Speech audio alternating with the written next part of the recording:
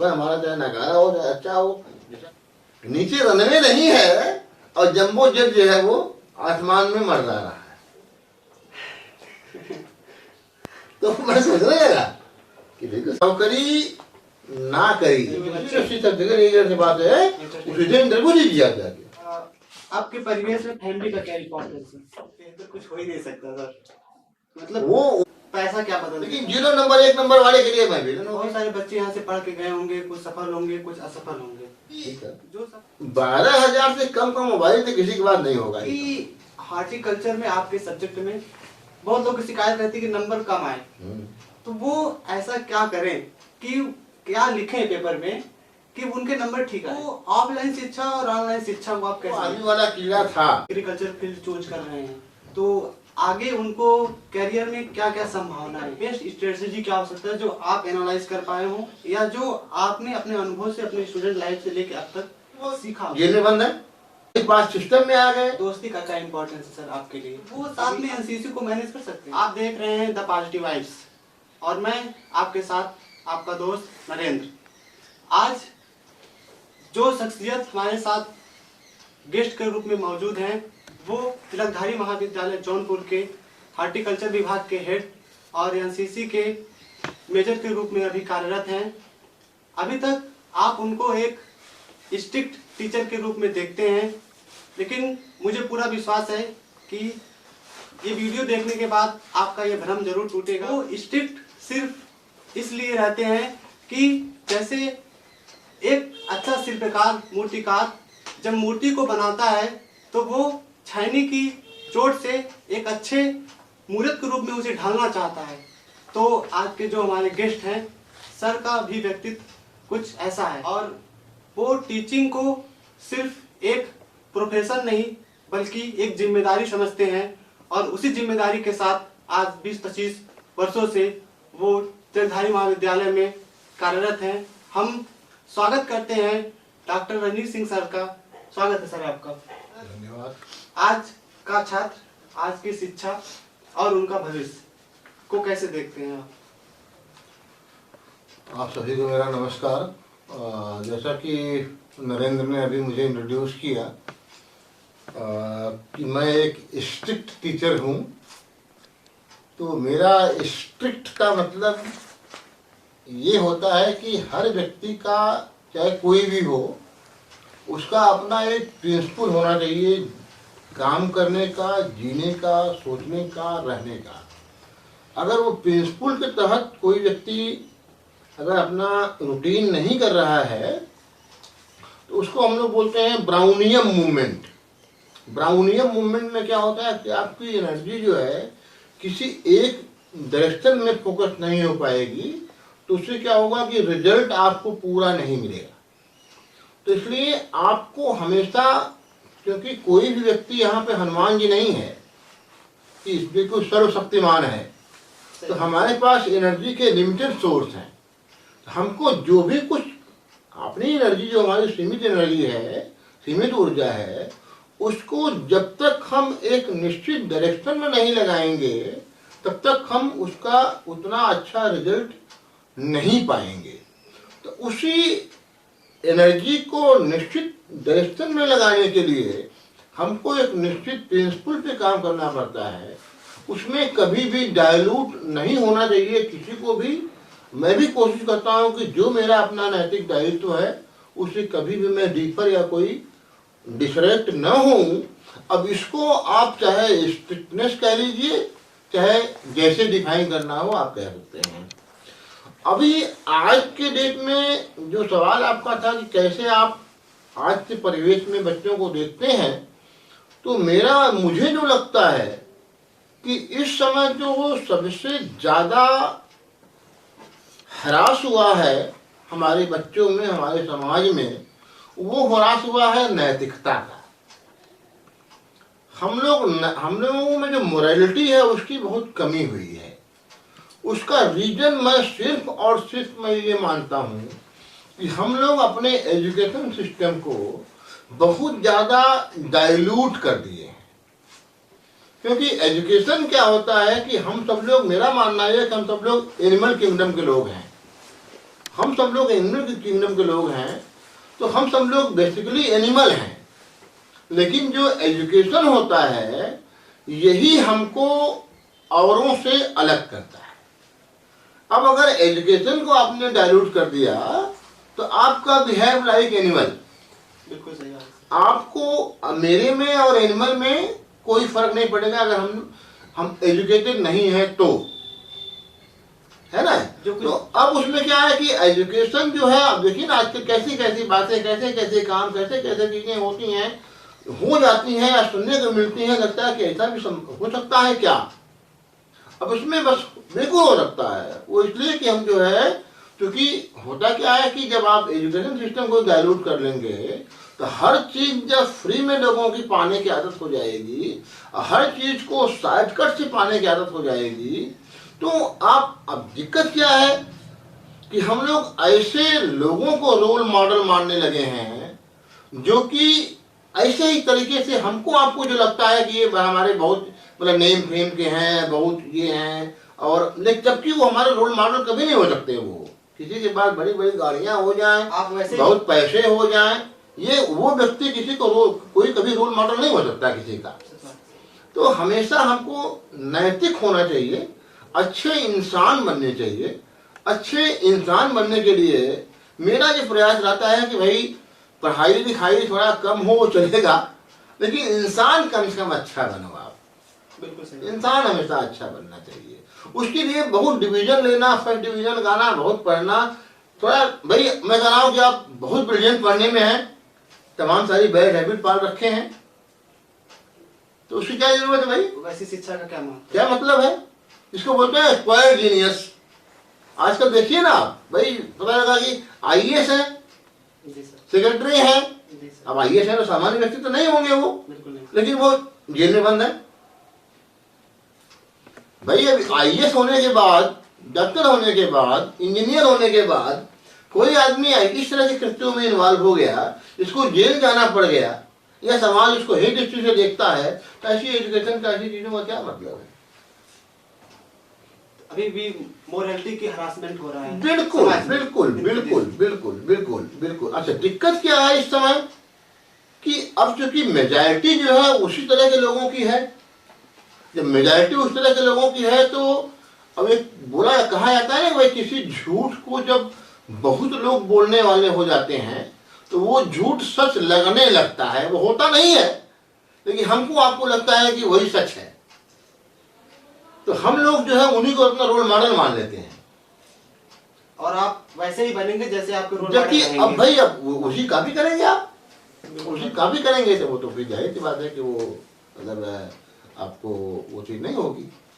Sir, आज के समय में एक सिर्फ सिलेबस पढ़ाने तक ही है या उससे कहीं और आगे? सर असल में अब दिक्कत क्या है कि शिक्षक होना जो है, शिक्षक केवल नौकरी नहीं है, ये एक जिम्मेदारी है, ये एक पैशन है। ठीक है कि हम जो है हमको नौकरी के बदले में पैसे मिलते हैं, सैलरी मिलती है, क्योंकि भाई अपने परिवार को पालने के लिए हमको चाहिए कुछ ना कुछ। बिल्कुल सर, जो भी पारितोषिक होता है, लेकिन उसमें क्या है कि शिक्षक जो है, ये शिक्षक ही जो होता है जो कि बच्चों को अच्छी दिशा में दे सकता है, अच्छी दिशा दे सकता है।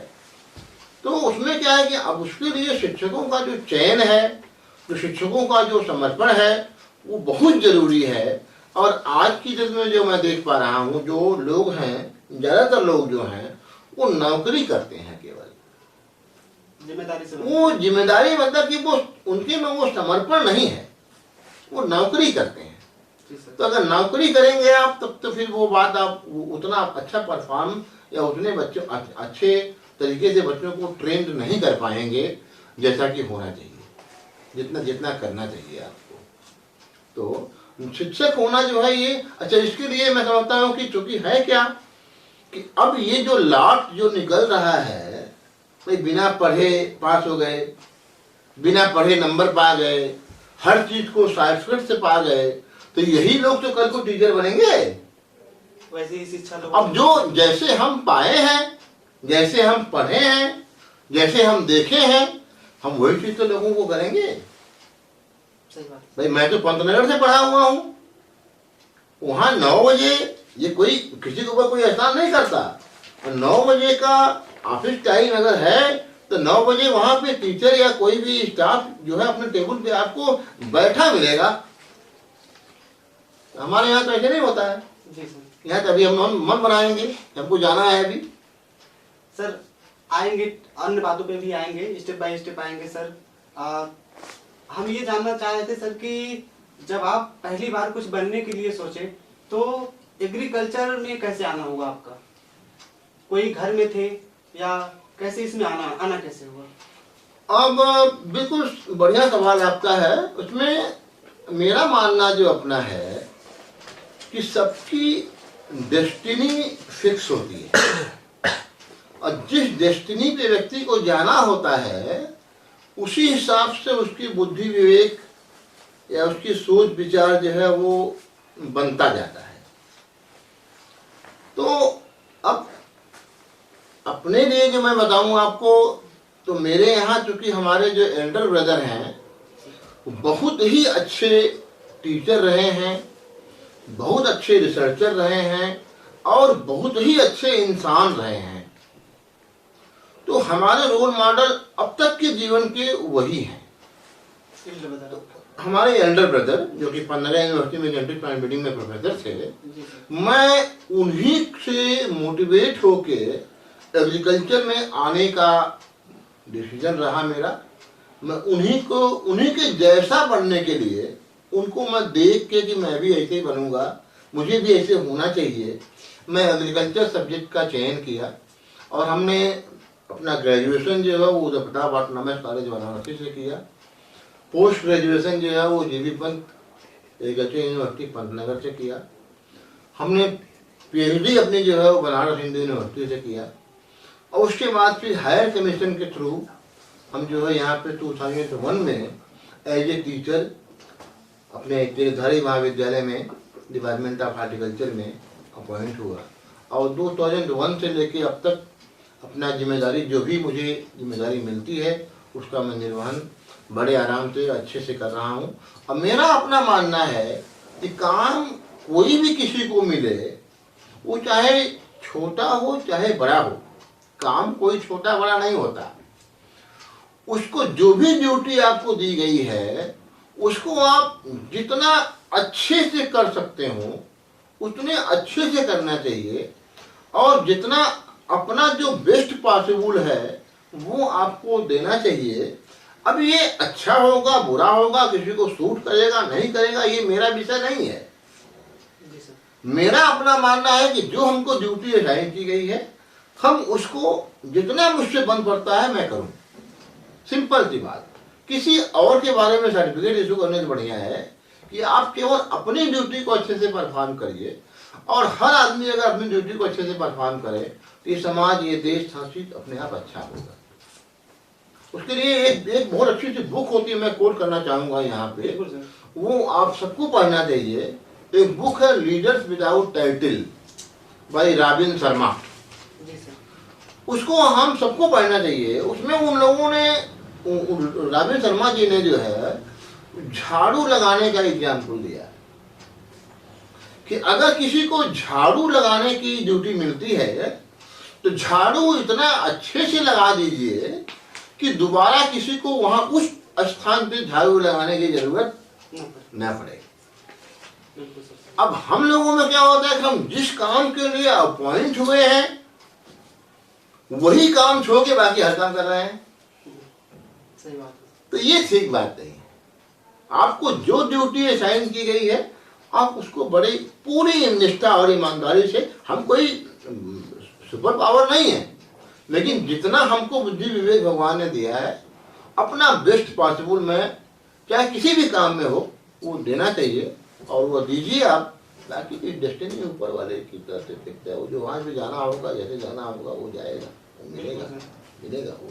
और भगवान कृष्ण ने तो गीता में कहा है कि अगर ईश्वर ने आपको पैदा किया है तो कुछ सोच के ही पैदा किया है और जो आपको मिलना है वो मिल के ही रहेगा, उसको देवता भी नहीं छीन सकते। वो हमने अपने बच्चों में देखा, जो हम प्लान किए थे वो जो है वो वैसा कुछ नहीं हो पाया। डेस्टिनी जैसे जहां तक, लेकिन वो जहां जिसको जैसे जाना है रास्ते दूसरे थे वो बन रहा है, चल रहे हैं। अब मैं ये उम्मीद करता हूँ कि भाई वो अच्छा करेंगे और जो भी करेंगे ठीक है। सर इस वीडियो को जो बच्चे देखेंगे, कुछ अभी बीएससी में एग्रीकल्चर लेने की सोच रहे होंगे, तो हम सर आपसे जानना चाहेंगे कि उनको ये पता होना चाहिए कि अगर वो एग्रीकल्चर फील्ड चूज कर रहे हैं तो आगे उनको करियर में क्या क्या संभावनाएं हैं, बीएससी पे, एमएससी पे और पीएचडी पे। बीएससी एजी जो है वो चूज करना, मैं समझता हूँ कि मैं और सब्जेक्ट को मैं क्रिटिसाइज नहीं कर सकता हूँ, लेकिन औरों से बेटर है बीएससी एजी। इसमें आपको इसका स्पेक्ट्रम बहुत वाइड है, इसमें बहुत सारी चीज़ें होती हैं। इसमें देखिए, एक तो होता है कि भाई आपका जो है वो टीचिंग, दूसरा होता है रिसर्च, तीसरा होता है एक्सटेंशन। आपको टीचिंग में अलग फील्ड है इसका, रिसर्च में अलग फील्ड है इसका, एक्सटेंशन का अलग फील्ड है इसका। तमाम सारे एनजीओ हैं उसमें, तमाम सीड कंपनीज हैं, तमाम पेस्टिसाइड कंपनीज हैं, तमाम फर्टिलाइजर कंपनीज हैं, तमाम सॉइल टेस्टिंग लेबोरेटरीज हैं, तो आपके तमाम डेयरी इंडस्ट्री तमाम है। इन सब में आपको मतलब जो और चीज़ें हैं उनसे आपका अगर ढंग से कोई बच्चा करे। अब दिक्कत हम लोगों में क्या होती है कि हमारा पढ़ाई का मकसद केवल नौकरी करना होता है, नौकरी पाना होता है। तो हम पढ़ाई केवल नौकरी के लिए नहीं कर रहे हैं। जब तक ये मानसिकता है तो नौकरी पैदा, हमको नौकरी करना है केवल, हमारे पढ़ने का मकसद केवल नौकरी करना है। नौकरी नहीं होता है, नौकरी तो मिलेगी, आप अपने अंदर स्किल डेवलप करिए। ये जो डिग्री होती है ये एक तरह से गेट पास होती है, कहीं पे एंट्री करने के लिए गेट पास है ये। वहां जाने के बाद जितना आप अपने अंदर स्किल डेवलप करेंगे, आपकी डिमांड उतना ही उस सोसाइटी के लिए, उस कंपनी के लिए, उस ऑर्गेनाइजेशन के लिए रहेगी। और जहां भी रहिए आप अपना बेस्ट दीजिए। और कुछ दिन के बाद आपसे कोई नहीं पूछता कि आप कहाँ से पढ़े हैं, कितना पढ़े हैं। आप अपने काम में जितना महारत आपको हासिल है उतना आप देंगे, आपकी डिमांड हमेशा बनी रहेगी और आप भी खुश रहेंगे, समाज भी खुश रहेगा, परिवार भी खुश रहेगा, सब खुश रहेगा। सर जैसा आप स्किल और डिग्री की बातें अभी हम सुन रहे थे आपसे, तो अभी इधर हाल ही में कुछ दिनों में ये देख रहे हैं कि प्राइवेट डिग्री के नाम पे वो रेवड़ी बांटने का काम कर रहे हैं, केवल डिग्रियां दी रही हैं। जबकि एग्रीकल्चर एक ऐसा सब्जेक्ट है जहाँ पे 50% मुझे लगता है प्रैक्टिकल नॉलेज होता है, 50% थ्योरी का होता है। तो सर वो ऐसे लोगों को कैसे डिफाइन करेंगे? बिल्कुल, ये इसमें देखिए, अब चूंकि मैं तो अपने को कोई संकोच डर भय तो होता नहीं कि कुछ बोलने करने में। जो मैं देख पा रहा हूँ, जब से ये सेल्फ फाइनेंस ऑर्गेनाइजेशन का बोलबाला हुआ, तो तब से हमारे शिक्षा व्यवस्था की और चौपट हुआ है, निश्चित रूप से चौपट हुआ है। क्योंकि ये जो सेल्फ फाइनेंस कॉलेज हैं, ये इनके लिए आय के स्रोत हो गए हैं, न कि क्वालिटी एजुकेशन की बात। कहीं क्वालिटी एजुकेशन की बात कहीं हो ही नहीं रही है। तो ऐसे में अब बीएससी एजी, एमएससी एजी के नाम पे एडमिशन तो हो रहे हैं 100, 150, 200, 250, 300, जहाँ जिसका है। पढ़ाने के नाम पे 2 लोग, 3 लोग, 1 लोग, तब 2 लोग, 3 लोग कितने बड़े ज्ञानी है कि वो हर सब्जेक्ट को पढ़ा ले रहे हैं। मैं तो समझ पा रहा हूँ। और वहां पर केवल एडमिशन लीजिए, एग्जाम लीजिए और डिग्री बांटिए। अभी मैं रिसेंटली बताऊं, मैं कॉलेज का नाम नहीं लेना चाहूंगा यहाँ पे, अभी परसों या नरसों मुझे एक एमएससी के वाइवा के लिए कॉलेज ने बुलाया, एमएससी एजी हार्टिकल्चर के वाइवा के लिए। पूरे फैकल्टी में एक टीचर केवल है, 13 बच्चों को एमएससी एजी का हार्टिकल्चर के वाइवा के लिए मुझे बुलाया गया था। और जब वो थीसिस आई मेरे पास, तो थीसिस थी heterosis and combining ability studies in P. अब ये मेरा बहुत पसंदीदा विषय है, मैं मेरी एमएससी मेरी पीएचडी इसी में हुई है, मेरा इंटरेस्ट डेवलप हुआ। उस बच्चे को जिसने हिप्नोसिस का मैनेजिबिलिटी की पी में स्टडी किया हुआ है, उसको थीसिस में कितने चैप्टर होते हैं ये नहीं पता था। उसका कौन सा एडवाइजर है, एडवाइजर भी जो साइन किया था, मैं कहा भाई एडवाइजर को बुलाओ। एडवाइजर कौन है इसका? एडवाइजर को लोग मेरे सामने नहीं ला पाए, और मैनेजर और सब लोग जो है वो आके बस कि सर बच्चे आपके हैं। आपके बच्चे हमारे नहीं हैं, ये बच्चे आपके हैं, और इनको आप डिग्री, ये डिग्री दे के आप इनको क्या बनाना चाहते हैं? तो अब दिक्कत ये है कि अब हम ही लोगों जैसे लोग, अच्छा मैं बिना कुछ किए मैं वहां से वापस आ गया कि आप किसी और से बुला के करवा लीजिएगा, या पहले आप पूरी तैयारी कर लीजिए, उसके बाद फिर हमसे आप बात करिए। लेकिन हमें लोगों में से हैं वो कोई जाएगा और साइन करेगा और डिग्री देके चला आएगा। सच्चाई है आज के तो, समय में। तो अब क्या करिएगा आप, जिसकी अच्छा मेजॉरिटी ऑफ द कॉलेज जो है वो यही है इस समय। मेरा अपना मानना ये है कि डिक्लाइनेशन तो हर जगह हुआ है, गवर्नमेंट में भी मैंने कहा हूँ कि गवर्नमेंट में बहुत अच्छा हुआ है, हर जगह गिरावट आई है। इवन जहाँ से हम लोग एमएससी पीएचडी किए हैं वहाँ भी पहले वाली बात नहीं रही है, क्योंकि पहले के चीज लोगों में क्या था कि वो जो समर्पण था वो आज के लोगों में नहीं है। क्योंकि शिक्षा जो होता है, जो एजुकेशन होता है, ये डायरेक्ट गेन नहीं करता देता किसी को, इससे डायरेक्ट गेन नहीं होता है। हम लोग जो है वो मैन पावर क्रिएट करते हैं, मैन पावर जनरेट करते हैं, और वो जो मैन पावर होता है वो समाज में अपने अपने स्तर से जो भी जिस फील्ड में जाता है वो वहाँ पर अपना योगदान देता है, चाहे वो रिसर्च में हो, चाहे टीचिंग में हो, चाहे एजुकेशन में हो, चाहे पॉलिटिक्स में हो, चाहे वो लॉ में हो, चाहे वो मैनेजमेंट में हो, जहाँ भी जिसको डेस्टिनी नहीं आती है, अगर अच्छे से ट्रेनिंग हुई है, अच्छे से पढ़ाई लिखाई हुई है, अच्छे से वो पढ़ाई लिखाई किया, तो जहाँ भी रहेगा सर्वोच्च योगदान देगा और अच्छी होगी। सर हम लोग जब पढ़ाई करते थे तब ईयरली एग्जाम होते थे, अभी के समय में ट्रेंड चेंज हुआ है, नई एजुकेशन पॉलिसी भी आई और उसमें वो कह रहे हैं कि अब सेमेस्टर वाइज एग्जाम होंगे। ठीक है। तो सर अभी जो कुछ मेरे जूनियर हैं या जो बच्चे हम लोगों से मिलते हैं, इंटरेक्ट करते हैं, उनका ये कहना होता है कि अब सेमेस्टर वाइज एग्जाम होने लगा, इसलिए हमको मतलब एग्जाम देने में हमारे अंक कम आते हैं या नंबर कम आते हैं।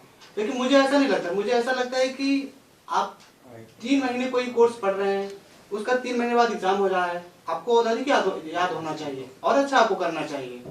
अब उसमें देखिए ऐसा है कि एनुअल और सेमेस्टर की स्थिति ये है, सेमेस्टर नो डाउट बहुत बढ़िया है, सेमेस्टर में नंबर आपको उससे ज्यादा आते हैं, नंबर आप वो क्लासेज अच्छी हो जाती हैं, लेकिन सेमेस्टर के लिए जो इंफ्रास्ट्रक्चर होना चाहिए डिग्री कॉलेज सिस्टम में वो है नहीं। तब हम लोग चूंकि सेमेस्टर तो ले लिया, अब सेमेस्टर ले लिया वो यूनिवर्सिटी के आईसीआर के रिकमेंडेशन के हिसाब से, अब वही सिलेबस, वही चीजें जो सिलेबस पंतनगर में पढ़ाया जाता है वही सिलेबस हमारे डिग्री कॉलेज में पढ़ाया जाता है। अब पंतनगर में हार्टिकल्चर में जहाँ मैं पढ़ता से मैं आया हूँ, वहां पर हार्टिकल्चर डिपार्टमेंट में 54 टीचर थे, 54 टीचर। हम यहाँ पर 2 लोग हैं, कोई तुलना ही नहीं है। अब 2 लोगों को सेमेस्टर पढ़ाना है, वहां 54 टीचरों को सेमेस्टर पढ़ाना है, एक बात। दूसरा, सेमेस्टर में क्या होता है कि 100% इंटरनल इवैल्यूएशन होता है, वहां प्रैक्टिकल के लिए एग्जामिनर, मूल्यांकन के लिए यूनिवर्सिटी, ये सब नहीं होता। यहां पर क्या है कि सेमेस्टर जो पढ़ाई का पैटर्न तो हमने सेमेस्टर का रख लिया, और इवैल्यूएशन हुआ, चाहे वो प्रैक्टिकल हुआ, चाहे जो चीजें हैं वो हमने एनुअल का रखा हुआ है। तो कॉन्फ्लिक्ट तो होना ही है। तो जाहिर सी बात है वो केवल एग्जाम ही हो रहा है। अब हम लोगों की जो बच्चे हैं वो ये अब मतलब हमारे यहाँ एक टीचर है, बहुत अच्छा एग्जाम्पल देते हैं वो, कि कोई जंबो जेट है, वो उतरने के लिए तैयार है और नीचे रनवे नहीं है, नीचे रनवे नहीं है और जंबो जेट जो है वो आसमान में मंडरा रहा है। तो जब तक आप रनवे नहीं बनाएंगे तब तक वो कैसे उतरेगा भाई?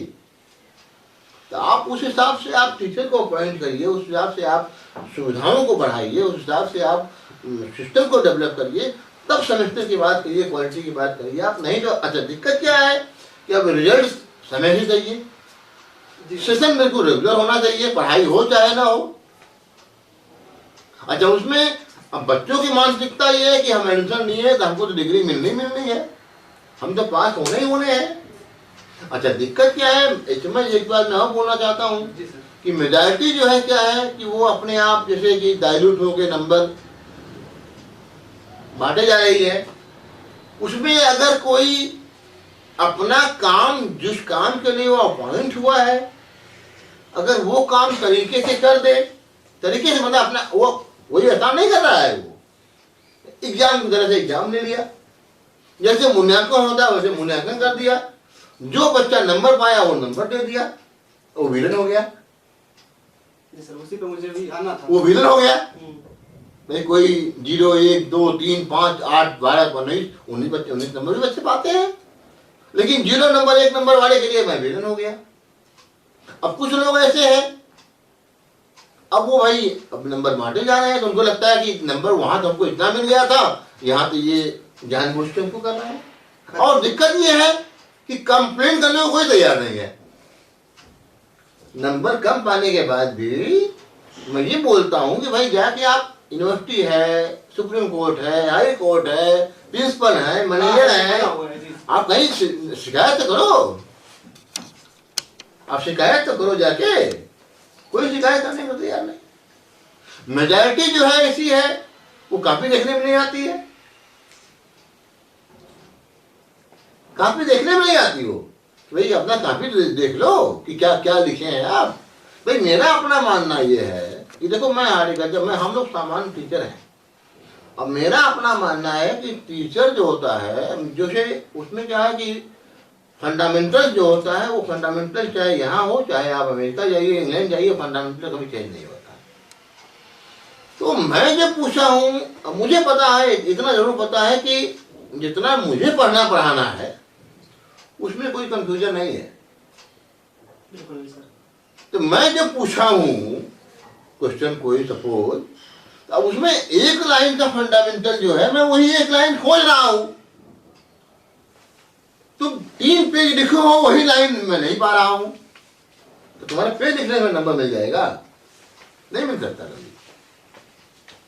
उनको लगता है कि तो ऐसे नंबर मिलता रहता है भाई। इसी क्वेश्चन पे मुझे आना ही था कि मैं आज मौका बढ़िया है, सर बगल में बैठे हैं और जो हमारे अभी छोटे भाई बहन है, जूनियर्स हैं, उनके तरफ से आपसे क्वेश्चन पूछ रहे हैं सर कि हॉर्टिकल्चर में आपके सब्जेक्ट में बहुत लोग की शिकायत रहती है कि नंबर कम आए, तो वो ऐसा क्या करें कि क्या लिखें पेपर में कि उनके नंबर ठीक आए? नहीं उसमें थोड़ा एग्जांपल से सर आप नहीं मैं बता रहा हूँ, उसमें कुछ नहीं करना है उनको एक तो फ्रैंकली स्पीकिंग, बिल्कुल सर, कि अगर मैं जैसे मैं बताऊंगा आपको, जी सर, अभी एक क्लास में, मैं क्लास का नाम भी नहीं लेना चाहूंगा, मैंने ये कर दिया कि अटेंडेंस नहीं होगी, जी, जो स्वेच्छा से आना सर, पढ़ना चाहे वो आए। मैंने पूरा कोर्स जो है, मुझे कहने में अच्छा नहीं लग रहा है, मेरे जैसा टीचर जो है कभी 5 लड़के, कभी 8 लड़के, कभी 9 लड़के, कभी 7 लड़के, इन्हीं को मैं पढ़ा के पूरा कोर्स पूरा किया हूं। तो जब आप पढ़ने आएंगे ही नहीं तो फंडामेंटल की बात और सीखने की बात कहां से आती है? तो मेजॉरिटी सिंपल सा, उसमें उनको कुछ नहीं करना है, उनको बस रेगुलरली क्लास अटेंड करना है, जो चीजें पढ़ी पढ़ाई जाती हैं उनको बहुत ध्यान से अच्छे से पढ़ना है और समझना है, और जहां कहीं भी कुछ समझ में उनको नहीं आता है क्लास में समझने का प्रयास करें, नहीं समझ में आता है अपने सीनियरों से, अपने जिनको समझ में आ गया है उनसे प्रयास करें, अगर वहाँ से नहीं समझ में आता है तो वो जो शिक्षक भी पढ़ाने वाला है, जैसे मैं बैठा हूँ तो मेरे पास आ रहे हैं, हमको दोबारा पढ़ाएंगे। लेकिन समझना तो पड़ेगा, पढ़ना तो पड़ेगा। बिना पढ़े बिना समझे अगर आप ये चाहते हैं कि मेरा ऐसे ही सिर्फ कॉपी भर के लह जाएगी, ये तो नहीं होना। तो मेरे जैसा टीचर लहने नहीं देगा, चाहे कुछ भी हो जाए। और उसमें सिंपल सा मेरा मानना ये है कि सफलता का कभी कोई शॉर्टकट नहीं होता, सफलता की कभी भी कोई शॉर्टकट नहीं होता। सफलता पाने के लिए आपको बहुत मेहनत करना पड़ता है और एक निश्चित वसूल सिद्धांत पे अपनी चीज़ों पे चलना पड़ता है, करना पड़ता है। और अगर शॉर्टकट से आप कोई चीज़ पाएंगे तो बहुत ड्यूरेबल नहीं होगी, उसे तुरंत लगता है कि मेरा काम हो गया, बहुत अच्छा, मैं खुश हो गया, लेकिन वो टिकाऊ नहीं होगी। और जो आप अपनी मेहनत से अपने अच्छे से पाएंगे वो टिकाऊ होगी और उसमें संतोष बहुत मिलेगा। अगर वो संतोष मिला तो मैं समझता हूँ कि इससे बढ़िया कोई नहीं सकता।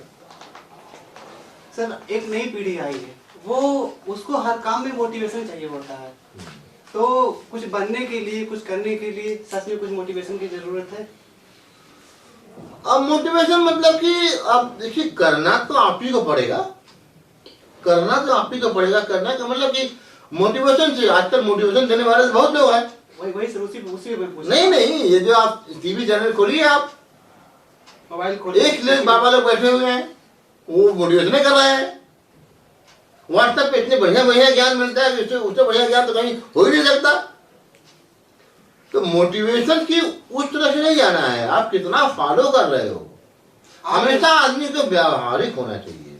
आप व्हाट्सएप पे आपसे भी 100 लोग जुड़े होंगे, सुबह जो खोलेंगे इतना बढ़िया बातें व्हाट्सएप पे मिलती हैं, आपको लगेगा कि हाँ यार, बात में दम तो है, लेकिन हम फॉलो करने को बिल्कुल तैयार नहीं है।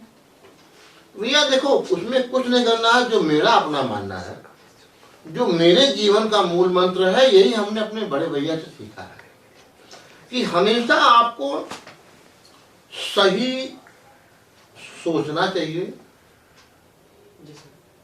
हमेशा आप सही सोचिए, कभी किसी का बुरा मत सोचिए। किसी की हेल्प अगर हो सके तो आप कर दीजिए, नहीं कर सकते हो तो उसका नुकसान तो करिए ही मत। वो भी नहीं कर सकते उसके बारे में सोचिए ही मत, उसको उसके हाल पे छोड़ दीजिए। एक बात तो सही सोचिए, हमेशा आप सही बोलिए। किसी के मुंह देखी, किसी को खुश करने के लिए, किसी के प्रमाण पत्र की हमको कोई जरूरत नहीं है।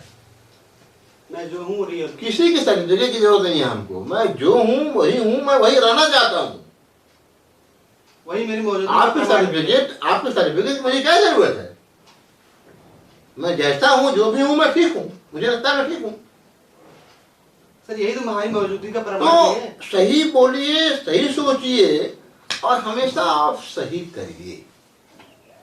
जितना बन पड़े आपसे, जितना बन पड़े आप सही सोचिए, सही बोलिए, सही करिए। और हमने अभी रिसेंटली शुरू में तो मैं भी थोड़ा सा जिसको आपने स्ट्रिक्ट कहा, तो वो धीरे धीरे मैं थोड़ा सा डाइल्यूट हुआ हूँ जरूर, समय परिस्थिति एज के हिसाब से। उसमें मुझे जो लगता है कि किसी की हेल्प अगर कुछ हो सकती है तो कर दीजिए, लेकिन आउट ऑफ वे जाके नहीं, गलत तरीके से नहीं। और जिसकी आप हेल्प कर रहे हैं उससे अपेक्षा कुछ मत करिए। आप हेल्प जितना बन पड़े आपसे करके भूल जाइए आप।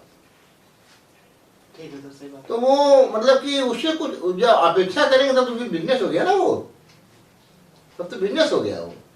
तो बिजनेस नहीं करना है हमको। जितना भी हमसे मन बढ़ता है आप उसको हेल्प कर दीजिए, जितना भी हो सकता है, लेकिन आउट ऑफ वे जाए।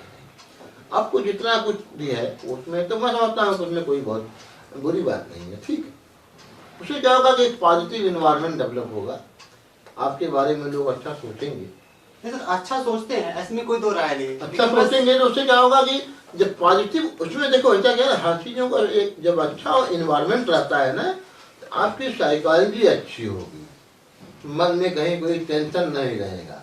जब आप बिल्कुल सेटिस्फाई रहेंगे, खुश रहेंगे, तो आपकी फिजियोलॉजी भी उस हिसाब से आप अपने काम को अच्छी तरीके से परफॉर्म सर करें। इन्वायरमेंट का तो प्रभाव पड़ता ही है, बिल्कुल। इसीलिए कोई भी है घर पे नहीं पड़ता, सोचा कि दिल्ली चले जाएं, इलाहाबाद चले जाएं, क्या है, बिल्कुल, इन्वायरमेंट है। ही है। आजकल संसाधन तो घर पे भी मौजूद है। बिल्कुल बिल्कुल बिल्कुल। तो और सर अब आगे ये पूछना चाह रहे थे कि अभी जब हम लोग पढ़ रहे थे और आपके टाइम में तो बिल्कुल भी नहीं ऑनलाइन शिक्षा का कोई स्कोप था ही नहीं कुछ। अभी चीजें बदल रही हैं, हाँ। टेक्नोलॉजी बदल रही है, तो वो ऑफलाइन शिक्षा और ऑनलाइन शिक्षा को आप कैसे देख रहे हैं? ऑफलाइन जो एजुकेशन है टीचर के पास में रह के जी, उसका कोई सब्स्टिट्यूट नहीं है।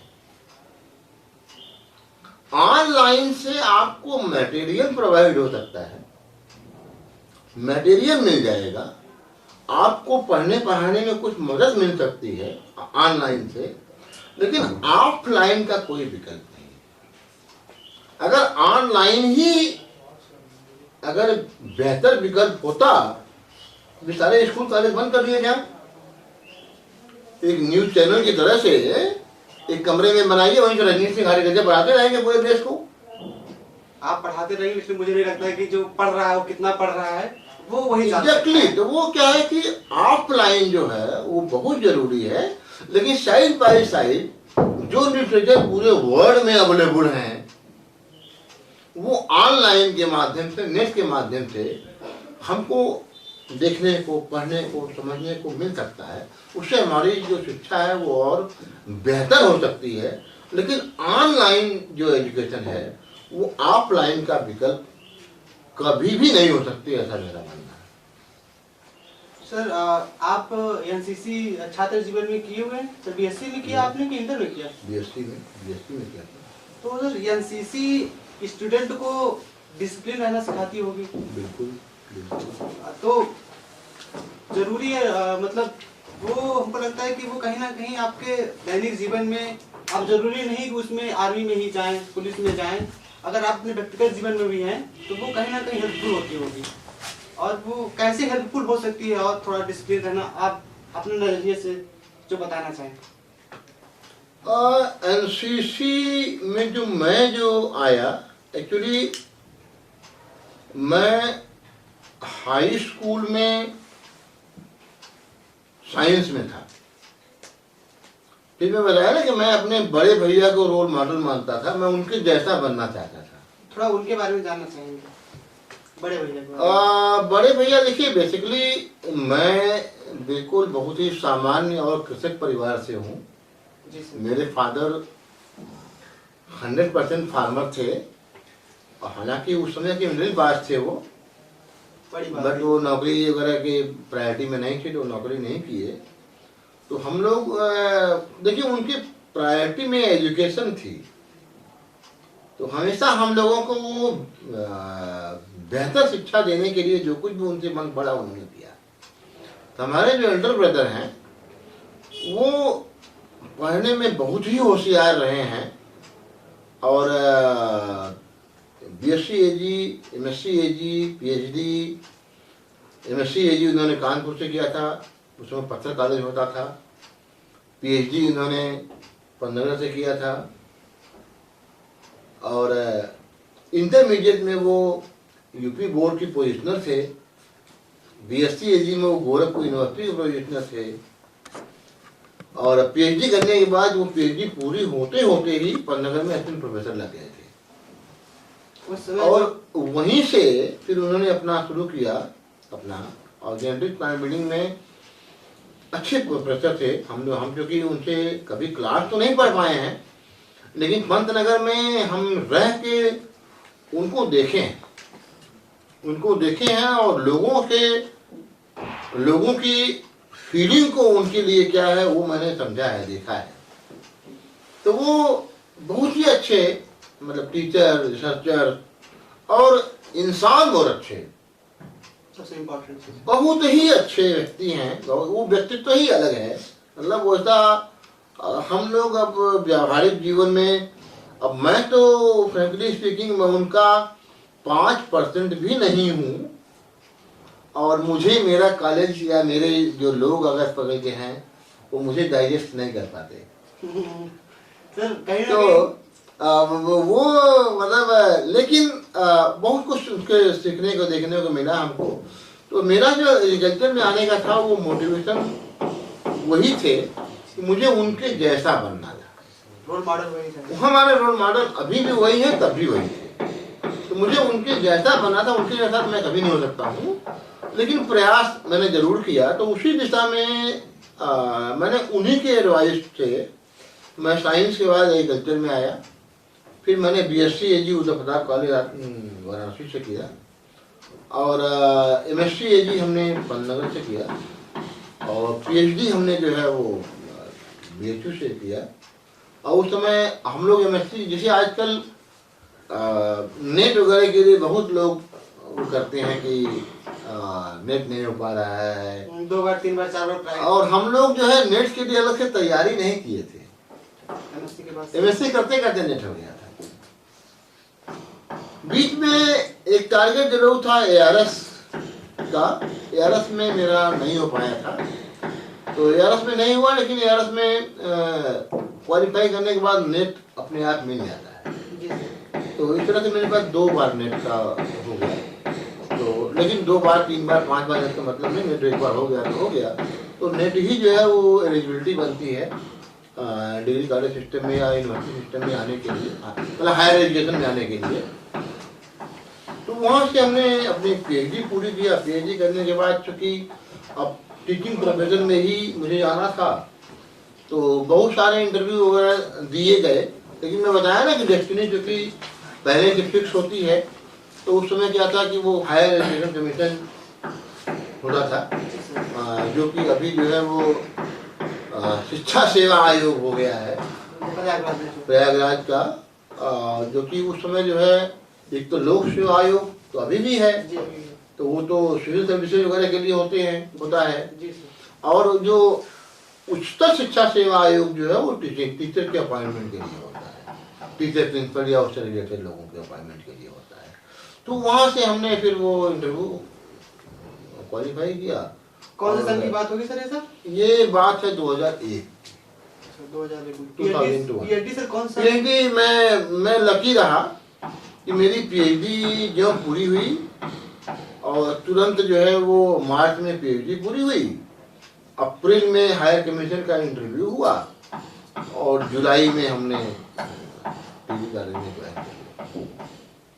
तो हम बहुत दिन तक फ्री नहीं रहे थे, ईश्वर की कृपा या माँ बाप का आशीर्वाद ही। ये तो बहुत अच्छी बात है। जी, लोग मतलब पीएचडी करके 2-2 साल 3-3 साल 4 साल वो अब अलग अलग सबका होता है, उसमें कोई बुरा नहीं है, सब अच्छे होते हैं उसमें। लेकिन अच्छा इसमें जैसे आजकल ना मैं देखता हूँ कि बहुत भाग्य की बात होती है कि हमारे भाग्य में नहीं था, हमारे इसमें नहीं था। जो मेरा अपना मानना है कि भाग्य जो है वो कई चीजें ऐसी होती हैं जो कि अनसर्टेन होती हैं, कुछ पता नहीं होता हमको। हम जब हाई स्कूल इंटरमीडिएट में थे तो मुझे क्या पता था कि मैं टीटी कॉलेज में टीचर होके आऊँगा, कुछ नहीं पता होता। तो आदमी का डेस्टिनी जो होती है, बताया ना कि मैं ऊपर से फिक्स होती है। तो चूंकि अनसर्टेन जब होता है, कोई काम आप जब करेंगे तो करने के बाद जब आपका जो फाइनली जो रिजल्ट होता है, जो रिजल्ट मिलता है आपको, तो हम कहते हैं कि यही मेरे भाग्य में था। तो मेरा अपना मानना है कि जो आपके कर्म हैं उस कर्मों का प्रतिफल ही आपका भाग्य है या डेस्टिनी है। जो डेस्टिनी है, इसको वो भाग्य का कुछ मतलब नहीं होता है, भाग्य कुछ होता नहीं है। आप जो करते हैं उसका जो रिजल्ट मिला आपको, उसी को बोलते हैं कि हमारे भाग्य में था, क्योंकि वो अनसर्टेन था ना। आप जो करने जा रहे थे तो पता नहीं था कि क्या होने वाला है, कैसे होने वाला है। तो इस समय क्या होता है कि कोई भी बुरा नहीं होता है, हर बच्चा हर लोग अच्छे होते हैं। अब जिसको वो रिजल्ट मिल गया, वो डेस्टिनी मिल गई, तो वो भाई कहता है कि भाई हमने तो हीरो, हर व्यक्ति हीरो है। सर जब आप टीटी कॉलेज में आए उस समय टीटी कॉलेज का माहौल कैसा था? देखो माहौल उस समय के और इस समय में क्या बदला? बिल्कुल बदला अच्छे है, वे में बिल्कुल बदला है, बिल्कुल बदला है, बिल्कुल बदला है। माहौल तो हमेशा शिक्षण संस्थानों का माहौल तो हमको आपको बनाना पड़ता है। शिक्षक को स्टूडेंट मिलकर हाँ, तो उसमें क्या है कि ये जो शिक्षा संस्थाएं होती हैं ये बिल्डिंग से नहीं होती हैं, ये वहाँ पढ़ने वाले विद्यार्थियों से होती हैं और वहाँ पढ़ाने वाले शिक्षकों से होती हैं।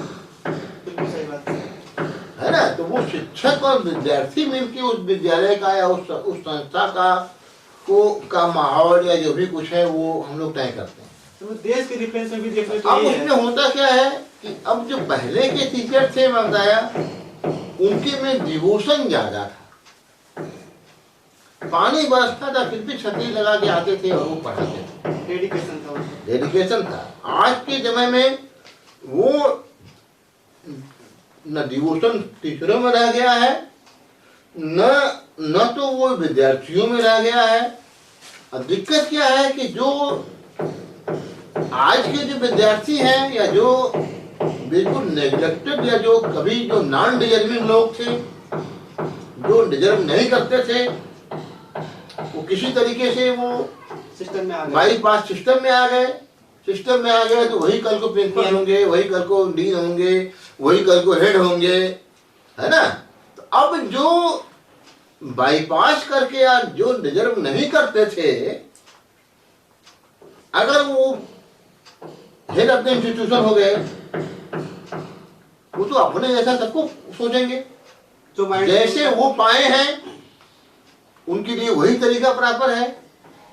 तो ऐसे में आज के समय में क्या है कि जब नॉन डिजर्विंग लोगों को जब आप जरूरत से ज्यादा इंपॉर्टेंस देंगे, उनको जब ज्यादा मान सम्मान मिलेगा, तो जो काम करने वाले लोग हैं, जो अच्छे लोग हैं, उनके में घुटन होती है, वो टूटते हैं, उनका मन नहीं करेगा काम करने का, उनके में सफोकेशन होगा।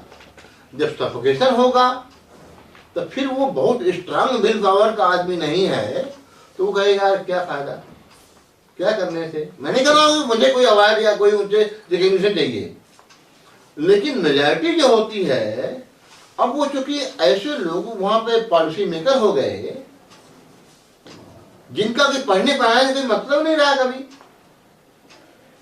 तो मेरा मानना ये है कि जो कभी अच्छा विद्यार्थी नहीं था, वो अच्छा टीचर कैसे हो सकता है। जो कभी अच्छा टीचर नहीं हुआ या अच्छा इंसान नहीं था कभी, वो अच्छा एडमिनिस्ट्रेटर कैसे हो सकता है, पॉलिसी मेकर कैसे हो सकता है, पॉलिसी मेकर कैसे हो सकता है। वो तो हमेशा ऐसे लोगों को ही प्रेशर देगा जो उसके जैसे लोग हैं, क्योंकि सही बात समझ में आएगी नहीं उसके, जो उसको बुरी लगेगी। अच्छा कि मेजॉरिटी जो होती है वो उन्हीं लोगों से घिरी हुई है। तो ऐसे में फिर भाई दो तरीका होता है, या तो आप सिस्टम में अपने को फिट कर लीजिए या तो अपने को अलग कर लीजिए। तो मुझे लगता है कि अलग करना ज्यादा बढ़िया है उसमें सिस्टम में फिट करने के, क्योंकि वो मतलब नहीं हो सकता भाई, नहीं हो सकता। सर यहाँ पे असिस्टेंट प्रोफेसर आप हो गए 2001 की बात है, तो सर ये इसमें एनसीसी की मेजर की तरफ आपको कब आना? एनसीसी का असल में कहानी ये थी कि मैं जब बचपन में था जी सर, तो मुझे आर्मी में जाने का बहुत शौक था। आर्मी मुझे आज भी बहुत प्रिय है। आर्मी का डिसिप्लिन, आर्मी के जो वो चीजें मुझे बहुत शौक था मुझे आर्मी में जाने का, बचपन से ही। और मैं अभी यहाँ पर एक कोट करना चाहूँगा। हमारे कॉलेज के एक स्टाफ हैं, हमारे भाई आदरणीय हैं, वो उनके बड़े फादर माने बड़े पापा, उनके पास मैं या मेरे फादर जो है कभी गए थे, तो वो जब हमारे फादर के बारे में और हम लोगों के बारे में जाने, तो वो कहे कि अभी इसको पढ़ने दीजिए, आप अभी इसको पढ़ने दीजिए, और जब पढ़ते पढ़ते ये थक जाएगा, जब इसको लगेगा कि अब पढ़ाई से मुझसे नहीं हो पा रही है, तो हम फिर वहीं से फिर हमारे फादर ने कहा कि भाई देखो अब तुम जाके पढ़ाई करो, आर्मी वाला छोड़ो अभी। तो पढ़ाई के लिए जब मैं गया ग्रेजुएशन में, ये बात मैं कर रहा हूँ इंटरमीडिएट की। कौन से सन की होगी सर? ये बात मैं कर रहा हूँ 85-86 की। बहुत 85 नहीं 85 नहीं 87 में मैंने हाई स्कूल पास किया है। 87-88 की बात है ये। तो उनके कहने से हमने फिर BSc AG में एडमिशन लिया। मैंने BSc का तो मैंने पढ़ाई तो करनी ही थी। फिर वो कहे कि नहीं तुम अभी तुम, फादर ने कहा कि तुम पढ़ाई करो। तो फिर धीरे धीरे क्या हुआ कि जब आप पढ़ाई की तरफ गए तो फिर उधर से जो है वो थोड़ा सा वो रुझान, चूंकि पढ़ाई का प्रेशर, बहुत सारी चीजें, तो थोड़ी सी रुझान अब कम हो गई। लेकिन क्योंकि दिमाग में वो आर्मी वाला कीड़ा था या वो है, तो वही जो कीड़ा था, जब मैं यहाँ अपने कॉलेज में आया तो मेरे सामने एक प्रस्ताव आया कि आर्मी एनसीसी में एक जगह खाली हुई है और आप चाहें तो आप आ सकते हैं। तो एक तो वो वाला कीड़ा जो कि आर्मी का था, मुझे लगा कि भाई यहाँ पे हम उसको हम एंजॉय कर सकते हैं आर्मी को। और दूसरा मेरा एनसीसी में आने का जो बहुत बड़ा रीजन था कि एनसीसी में उस समय जो था पैसे का बहुत ज्यादा इन्वॉल्वमेंट नहीं था। पैसे का बहुत ज्यादा इन्वॉल्वमेंट नहीं था, मतलब ये कि जैसे और जगह में क्या होता है कि करप्शन के स्कोप ज्यादा रहते हैं मोर और लेस, और चीजों में जो मैं देख पाया था। लेकिन एनसीसी में जो है क्योंकि पैसे का कोई कुछ था ही नहीं, इसकी बेदाग छवि आज भी बनी हुई है। तो जब पैसे का नहीं था मुझे लगा कि ये काम मेरे लिए ज्यादा सूट करेगा।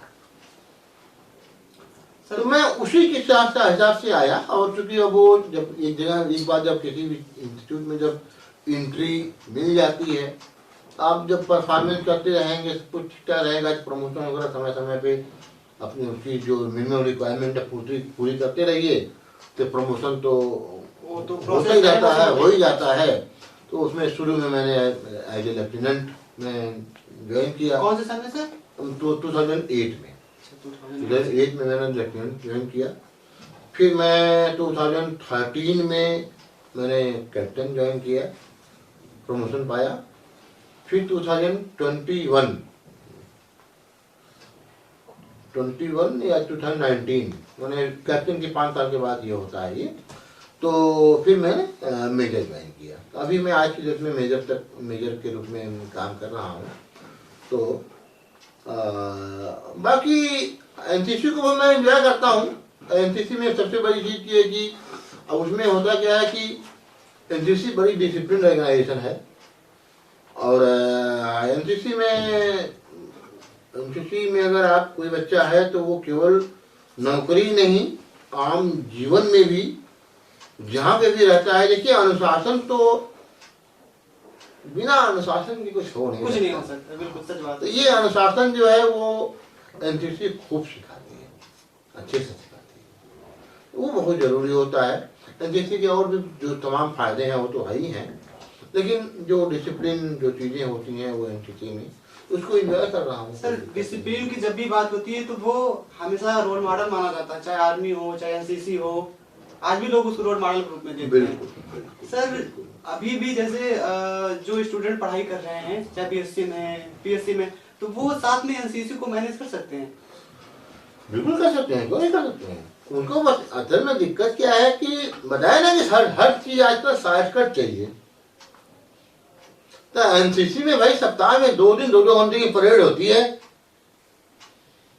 2 दिन सप्ताह में 2 दिन 2 घंटे क्यों नहीं दिया जाता? 2 घंटे क्यों नहीं दिया जाता है?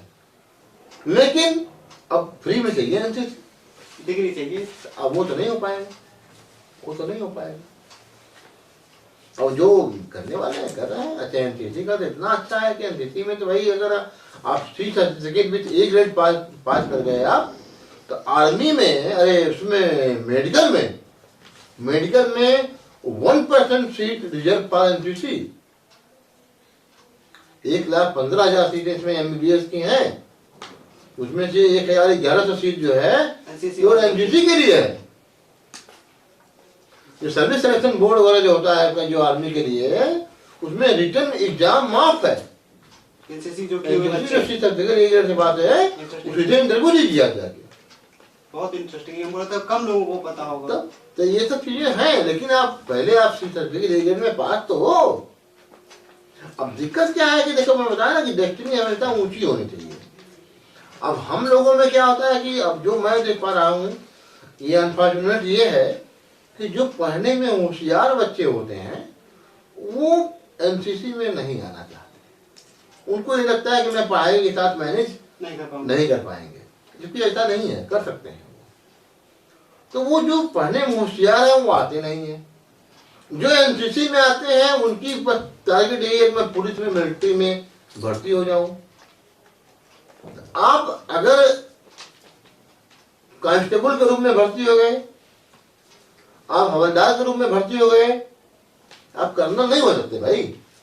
कर्नल के लिए, हवलदार, कांस्टेबल के लिए आपको ऑफिसर होना पड़ेगा। अरे ऑफिसर बनने के लिए तो ऑफिसर होना पड़ेगा आपको।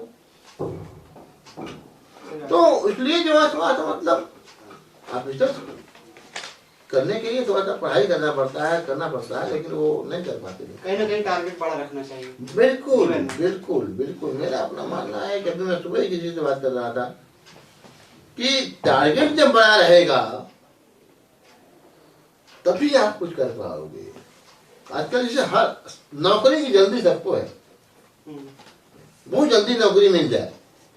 अब तो छोटी नौकरी पाओगे आप, जैसे मैं इसको आप अदरवाइज मत लीजिएगा, जैसे प्राइमरी टीचर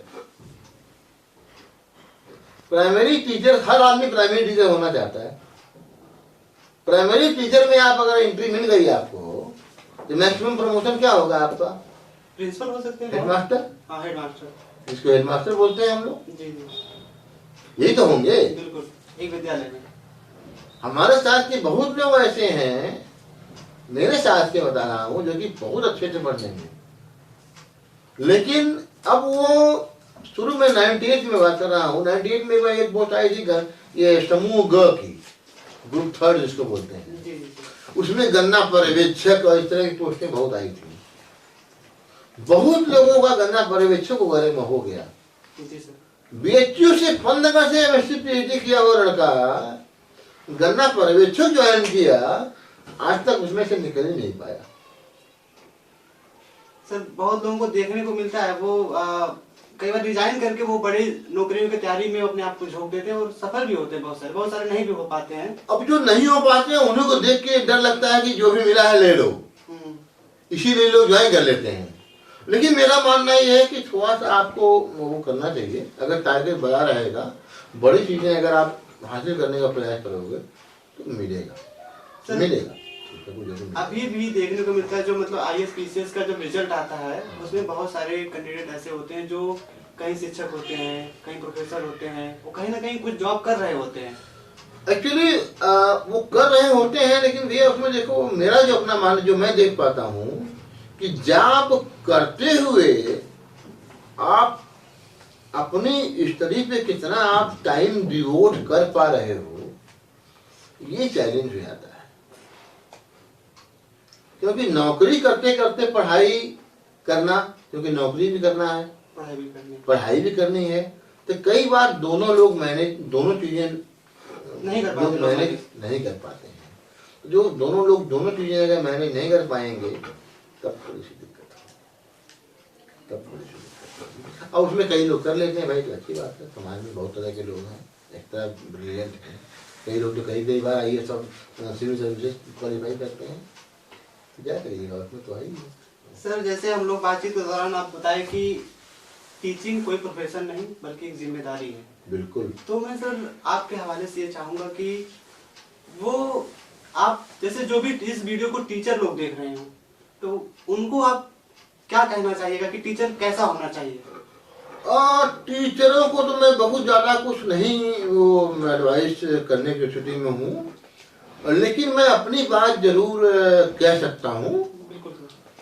उसमें मेरा अपना मानना है कि भैया जिस प्रोफेशन में आप हो आप जिसकी रोटी खा रहे हो, जिससे आपकी पहचान है, उसके प्रति थोड़ी सी निष्ठा और ईमानदारी रखो, थोड़ी सी निष्ठा और ईमानदारी रखो। और क्योंकि उसी से पहचान आपकी है। ये बच्चे आपकी पूंजी हैं, क्योंकि ये बच्चे जो है हमको आपको इवेल्युएट करते हैं। जब तक वो पढ़ते हैं तब तक तो कोई नहीं बोलता कुछ, क्योंकि उनकी पूंछ दबी हुई है। लेकिन जब पढ़ के जब निकल जाते हैं, जब पढ़ के निकल जाते हैं और उसमें फिर वो अच्छे टीचर और बुरे टीचर की जब बात होती है, असली मूल्यांकन तब होता है। क्या उस दिन में आपको लोग अच्छे से नाम लें, आपके बारे में अच्छा सोचें। इसलिए मेरे समझ से आप जिस प्रोफेशन में हो, अच्छा टीचिंग में मैं बताऊं आपको, जो मेरा अपना मानना है कि टीचिंग में बहुत ज्यादा ब्रिलियंसी की जरूरत नहीं है। टीचिंग में केवल कितने आप रेगुलर हैं, कितने आप पंक्चुअल हैं, कितने आप सिंसियर हैं, और साइड बाई साइड थोड़ा सा लेबोरियस भी होना पड़ेगा। भाई उसी चीज को तो बार बार रिपीट करना है आपको। जो पढ़ा रहे एक ही चीज को तो वही 2001 में पढ़ा रहे थे, वही 2026 पढ़ा रहे हैं। फंडामेंटल कहाँ चेंज करेंगे हम? फंडामेंटल कहाँ तक चेंज करेंगे? थोड़ा सा कंटेंट आगे पीछे हो सकता है, एडवांसमेंट हो सकता है, लेकिन फंडामेंटल तो हो जाता है। तो एक बार अगर मन से आपने बढ़िया से अपनी तैयारी कर लिया, कोर्स से रिलेटेड मटेरियल आपके पास हो गया, और बढ़िया से तैयारी करके पढ़ के अगर क्लास में आप गए, और बच्चों को पूरी ईमानदारी से जितना आप में मन पड़ता है उतना अगर आपने देने का प्रयास किया, मैं समझता हूँ अभी अच्छा टीचर है। अब आज के जो ट्रेंड में, आज का जो ट्रेंड है भाई, मैं कई टीचरों को जानता हूँ, देखता हूँ, उनके हाथ में कभी चार्ट लगे हुए आज तक देखा ही नहीं। 20 मिनट से ज्यादा क्लास में कभी रुके नहीं वो। अच्छा, नया ट्रेंड चल गया वो पीडीएफ डिस्ट्रीब्यूट करने का। हाँ, दोस्तों मुझे पूछना था भाई, मटेरियल जो है वो सब वो पीडीएफ फॉर्म में है। क्लास में गए, क्लास का पूरा ग्रुप है, पीडीएफ बांट दिया, पीडीएफ तो पूरा पीडीएफ बांट दिया, खत्म क्लास। भाई पीडीएफ तो तब के लिए होता, क्लास पूरा पढ़ा लिया आपने, तो कोई चीज जो मटेरियल बच्चों को दे दिया कि जो चीज क्लास में समझ में नहीं आई होगी वो इसे देख के पढ़ लेना, कुछ एक्स्ट्रा पढ़ना तो एक्स्ट्रा पढ़ लेना अपने हिसाब से। अब बच्चों में बुक खरीदने का और वो कोई ट्रेंड ही नहीं रह गया। भाई मुझे तो बड़ा अफसोस होता है कि 12,000 से कम का मोबाइल से किसी की बात नहीं होगा इस समय। सही बात है। एंड्रॉयड फोन जो है 12,000 से कम का, या 10,000, 11,000, 12,000, 14,000, 15,000 कम का मोबाइल कोई यूज नहीं करता होगा जी। 200 रुपए की किताब खरीदने में लगता है कि साहब बहुत महंगी किताब है, उसको 5 बार सोचेंगे। या फिर कोई कपड़ा ही लेना चाहेंगे तो वो 1,000-2,000 ब्रांड लेंगे। हमारे टीडी गाय गांव में जाइए आप, पूरी साइकिल स्टैंड जमाना जो है वो बाइक से भरा हुआ है। कोई भी बाइक 1 लाख से कम की नहीं होती है। अभी सर ऐसा हुआ 100 रुपया लीटर पेट्रोल और डीजल है, वो गार्जियन दिया है तभी तो चल रहा है। मोबाइल कहीं से लॉटरी लगी थी क्या? गार्जियन दिया है तभी तो लिया है वो। सही बात। लेकिन किताब नहीं खरीदेंगे, मोबाइल खरीदेंगे। तो कहने का मतलब कि इसमें कहीं न कहीं वो चीजें थोड़ी सी, वो हर आदमी जिम्मेदार, वो एरा ही चेंज है, ये ट्रांजिशन फेज है, इसको हमको आपको स्वीकार करना पड़ेगा। और ये मुझे लगता है कि अफसोसजनक है, ये अच्छी बात नहीं है। अब लेकिन उसी में कुछ न कुछ ये हम लोग चूंकि ऑप्टिमिस्टिक हैं, आशावादी हैं, ये मान के कि भाई कुछ चलिए कुछ अच्छा होगा, यही करके किया जाता। सब मिला के मेरा अपना मानना है कि हमेशा अपनी ड्यूटी को आप अच्छे से परफॉर्म करिए। जिस भी जो भी ड्यूटी मिली है आपको, चाहे विद्यार्थी के रूप में हो, चाहे स्टूडेंट के रूप में हो, चाहे समाज में हो, चाहे परिवार में हो, चाहे घर में हो, अपने काम को आप बखूबी पूरी ईमानदारी से आप करिए। बाकी ऊपर वाले कहानी छोड़ दीजिए, जो अच्छा होगा अच्छा होगा। सर बहुत सारे बच्चे यहाँ से, सर आप 2001 से यहाँ कार्यरत हैं, तो बहुत सारे बच्चे यहाँ से पढ़ के गए होंगे, कुछ सफल होंगे, कुछ असफल होंगे। ठीक है, जो सफल हैं वो उनको देख के आपको कैसा लगता है? जो असफल हैं या फिर उतना अच्छा नहीं कर पाए? कोई बात नहीं, कोई बात ठीक है। उसमें देखो ऐसा है कि ये हमेशा से रहा है कि 100% रिजल्ट तो कभी नहीं होता, कहीं भी नहीं है वो। अब जिसको आप सफल कह रहे हो वो हो सकता है कि वो उनकी जो अपनी डेस्टिनी थी वो मिल गई, उसको आप सफल कह रहे हो।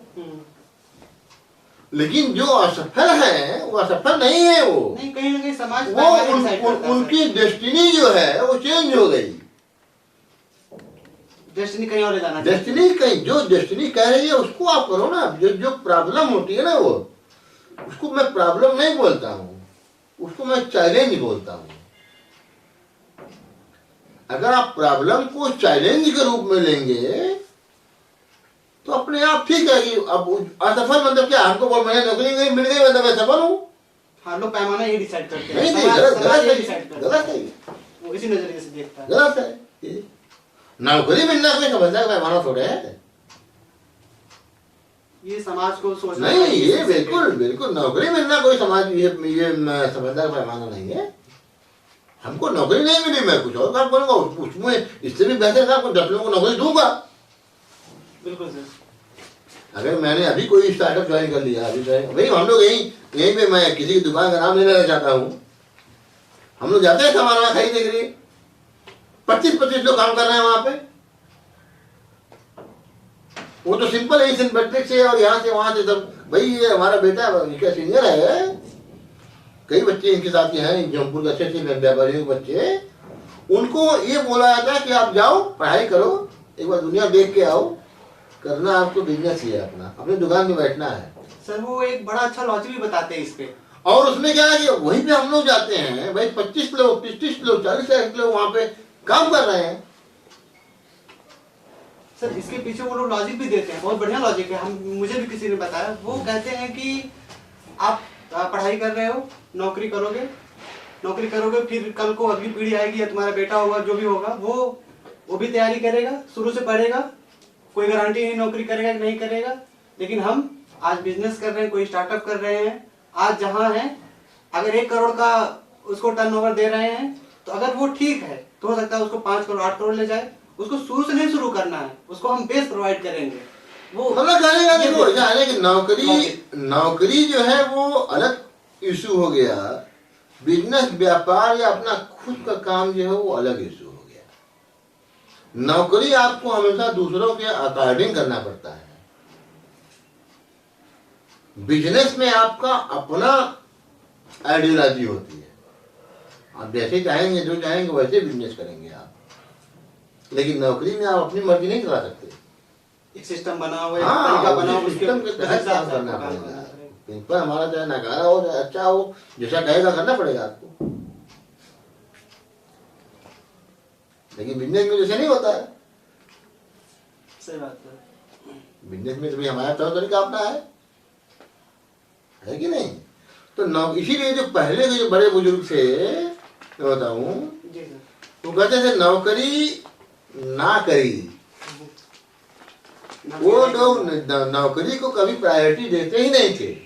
अभी सर 80-90 के दशक तक भी ऐसा ही था। हाँ, उसके बाद को अब आजकल के देश की इसमें क्या है कि जो कि हम लोगों को एक सिक्योरिटी की ऐसी चीज हो गई है, हर आदमी सिक्योर होना चाहता है।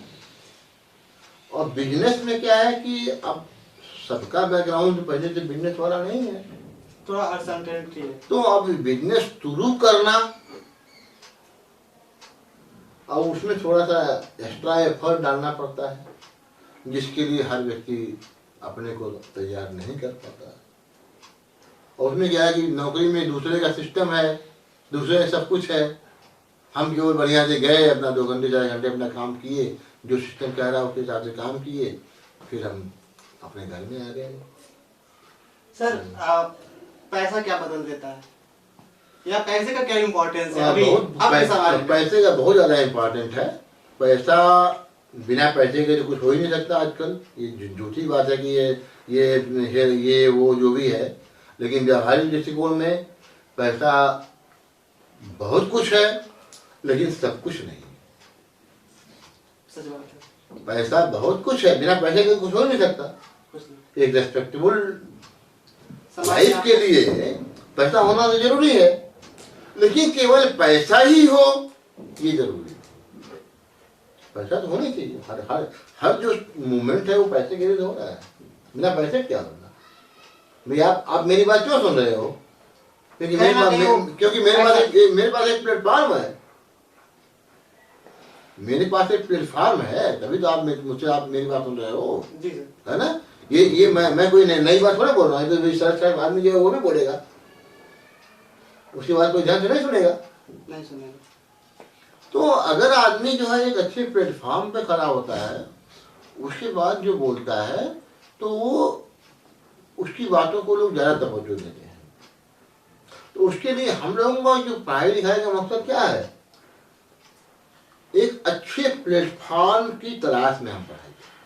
हमको एक अच्छा प्लेटफॉर्म मिलेगा, उससे क्या होगा कि हम वहाँ से अपनी बातों को, अपने तरीके, अपने काम को, अपनी चीज़ों को रिकॉग्नाइज करवा सकते हैं लोगों को। बात वही होती है। हम बोले, आप बोलेंगे, हो सकता है लोग कम माने, मैं बोलूँगा कुछ ज़्यादा माने। वही हमारे योगी जी और मोदी जी बोलने नहीं बन जाता है। तो ये तो क्योंकि उनके पास प्लेटफॉर्म है। वो ऐसे मतलब वो पद पे है, ऐसे जगहों पे है। बिल्कुल बिल्कुल बिल्कुल बिल्कुल। तो ये प्लेटफॉर्म होना बहुत जरूरी है। और उसमें मैं बताया ना कि भाई हर आदमी, हम सामान्य लोग हैं, तो जीवन यापन के लिए, अपनी जरूरतों को पूरी करने के लिए पैसा तो होना ही चाहिए। बिना पैसे के क्या होगा आजकल? लेकिन पैसे के लिए ही सब कुछ करना है, ऐसा मेरा मानना है कि ठीक नहीं। ये मेरा मानना है। दोस्ती का क्या इम्पोर्टेंस है सर आपके लिए अभी आपके समय में? बिल्कुल, बहुत बढ़िया सवाल आपका है। दोस्ती का बहुत मतलब होता है। दोस्त ही एक ऐसा होता है जिनसे कि आप अपनी बात को, अपनी फीलिंग को कई बार अपने परिवार से ज्यादा एक्सप्रेस कर पाते हो। अपने परिवार में, अपने घर में लिमिटेशंस हैं कि हम क्या बात करना है, क्या नहीं करना है। लेकिन दोस्त एक ऐसा होता है जिनसे आप हर तरह की चीजों को आप शेयर कर सकते हो, और वो शेयर करने से मन बहुत हल्का रहता है। तो मन हल्का रहेगा तो सब कुछ ठीक रहेगा। लेकिन अब इस समय क्या है कि जिसको मैं दोस्त बोलता हूं, या जिसको आप दोस्त कह रहे हो, वो दोस्त कितने हैं, कौन है, ये एक जांच का या ये सोचने वाली बात है। क्योंकि मेजॉरिटी जो है वो परिचित है, दोस्त नहीं है। मेजॉरिटी जो है वो परिचित है, दोस्त नहीं है वो। या उस पैमाने पीवी कॉलेज में मैं हूँ, यहाँ पे भी 500,000 लोग होंगे। अभी 12 बजे 1 बजे रात में मेरे, भगवान न करे कभी कुछ हो, अभी कोई दिक्कत हो जाए, मुझे सोचना पड़ेगा 1000 तक मैं किसको फोन करूं, किसको बुलाऊं, किसको क्या करूं। अब बहुत ठंडी है, वो सो रहे होंगे, वो जग रहे होंगे, क्या सोचेंगे। तो किस बात का दोस्त हो जिसको मतलब आप फोन करने से पहले दोस्त तो मतलब कहने का मतलब कि अब बिना किसी, बिल्कुल बिंदास होके अपनी बात को कह सकें, उनकी बात को सुन सकें, कोई गैप न हो, कोई मतलब जो भी है कहने का मतलब, तो उसको दोस्त बोलते हैं। ऐसे दोस्त बहुत कम है, और ऐसे दोस्त तभी हो सकते हैं जब आप बिल्कुल निस्वार्थ भाव से संबंध रखेंगे। जब आपके संबंधों में निस्वार्थ रहेगा, कोई मतलब काम या कोई अभी क्या है मेजॉरिटी में क्या है कि हम आपके काम के हैं इसलिए इनसे संबंध रखो। एक अलग परिभाषा बढ़ी जा रही है। मैं भुगत ही रहा हूँ भाई। अभी आप नौकरी पा जाओ, LIC के एजेंट घेर लेंगे आपको 20 ठो। तमाम तरह जब नौकरी नहीं मिली थी वही गांव का एजेंट था, घर का एजेंट था, आपकी तरफ देखता भी नहीं था, क्योंकि अब आप उससे काम क्यों हो गए हो। जौनपुर में, मैं जौनपुर का रहने वाला हूँ, जब तक मैं टीवी गाने में नहीं आया था हमको तो कोई बहुत कम लोग जानते पहचानते बोलते बतियाते थे। अब लोग बहुत लोग ऐसे हैं जो कि हमारे आदमी है, जो जाएंगे करवा देंगे। मैं उनका आदमी हो गया, ये उनको वहम है, ये उनको वहम है कि मुझे अपना आदमी मान लिए वो, जो चाहेंगे वो करवा लेंगे। इसलिए कि मैं अब वो इसलिए संबंध रखे कि टीडी कार्य में कभी जरूरत पड़ेगी इनका इस्तेमाल में। मेजॉरिटी जो है इसमें इसी तरह के लोग होती है, इसको दोस्त नहीं कहते। दोस्ती जो होती है वो निस्वार्थ होती है, और दोस्त में बढ़िया क्या हो सकता है। अगर किसी के पास दोस्त नहीं है, लेकिन अब वो है कि अब वो दोस्त कैसे दोस्त है, अब वो देखना पड़ेगा कि भाई वो दोस्त है, कितने दोस्त हैं कि नहीं है। मैं ऐसे यही चीज मैं आपसे जो बोल रहा हूँ ना, मैं बोलता रहता हूँ लोगों से। एक बार मैं किसी से बोल रहा था कि भाई अगर 2 लोग भी मिल जाए तो हमारा जीवन जो है बड़े आराम से कट जाएगा। 2 दोस्त अच्छे मिल जाए तो सामने वाले तुरंत बड़े जिम्मेदार व्यक्ति थे वो, तो कहे कि डॉक्टर साहब 2 लोग मिल गए क्या आपको। तो मैं सोचने लगा कि बिल्कुल सही कह रहे हैं, मैं किन दो को मैं दोस्त बोलूं, सब तो परिचित हैं। तो दोनों में काफी डिफरेंस है, परिचित और दोस्त होने में काफी डिफरेंस है। बिल्कुल हमको दोस्त होना चाहिए, हमको परिचित नहीं होना चाहिए। परिचित तो है ही है, लेकिन हर परिचित को आप दोस्त नहीं कर सकते। दोस्त तो वो इससे बढ़िया रिश्ता, इससे बढ़िया चीज तो कुछ हो ही नहीं सकती। लेकिन दोस्त में स्वार्थ नहीं होना चाहिए। सर आपके परिवेश में फैमिली का क्या इम्पोर्टेंस है? वो कैसे आपके सक्सेस हो चाहे आप अनसक्सेस हो, वो सपोर्टिव रहती है, आप इसको कैसे देखते हैं? देखिए किसी भी व्यक्ति के जीवन में अच्छा करने के लिए, अच्छा जो भी मैंने बोला, ये बोलने कहने में तो अच्छा लगता है, लेकिन जब तक आपका फैमिली का, बच्चों का सपोर्ट नहीं होगा तब तक आप कुछ नहीं कर सकते। और उसमें फैमिली का और बच्चों का योगदान बहुत ज्यादा होता है। आपको घर का पॉजिटिव अगर इन्वायरमेंट अच्छा रहेगा तो घर में तमाम तरह की प्रॉब्लम है तो अपने काम को अच्छी कैसे नहीं कर पाएंगे आप, नहीं कर पाएंगे। तो फैमिली का सपोर्ट तो बहुत ज्यादा होता है, वाइफ का, बच्चों का, जो भी घर में लोग हैं सबका योगदान बहुत ज्यादा होता है। और उसमें जैसे ये तो मैं बताऊं आपको, फैमिली सपोर्ट जो है ये तो हमको कोविड ने सिखा दिया। कोविड ने आप जिनके लिए हम लोग जान छिड़कते थे, घर परिवार गांव समाज ये वो, उसमें केवल आपकी अपनी पत्नी और आपके बच्चों के अलावा कितने लोगों ने साथ दिया आपका? गंभीर विषय से कितने लोगों ने साथ दिया? कोई नहीं। इसके लिए हम जान देते रहते हैं कि हमारा भैया, हमारा परिवार, हमारा ये, हमारा वो, सब भाई डेड बॉडी पड़ी हुई है, कोई छूने को तैयार नहीं है। कोविड में कुछ ऐसा चीज क्या मतलब है इस फैमिली का? तो उसमें केवल और केवल आपकी वाइफ और आपके बच्चे, ये इनका बहुत ज्यादा योगदान होता है। और किसी भी हालत में उनका जो है आपको उनको खुश और संतुष्ट रखना आपकी नैतिक जिम्मेदारी है, क्योंकि जब वो संतुष्ट और खुश नहीं रहेंगे तो आप नहीं रह पाएंगे फैमिली का एक। और अगर फैमिली मतलब वाइफ संतुष्ट है, बच्चे अगर अपना पठन पाठन अपना काम अच्छे से कर रहे हैं, बच्चे अगर अच्छा कर रहे हैं तो आपको, आपका मतलब आपको बहुत ज्यादा संतोष मिलेगा, संतोष मिलेगा उसमें। जैसे मेरा मानना ये है कि माँ बाप का जो सम्मान होता है वो बच्चों से होता है कई बार, और गुरु का सम्मान जो होता है वो उसके शिष्यों से होता है।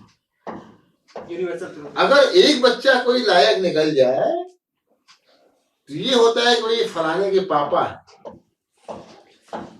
तो और उसका जीवन अपने आप उसको उसको उसको देखने का नजरिया लोगों का समाज में बदल जाता है।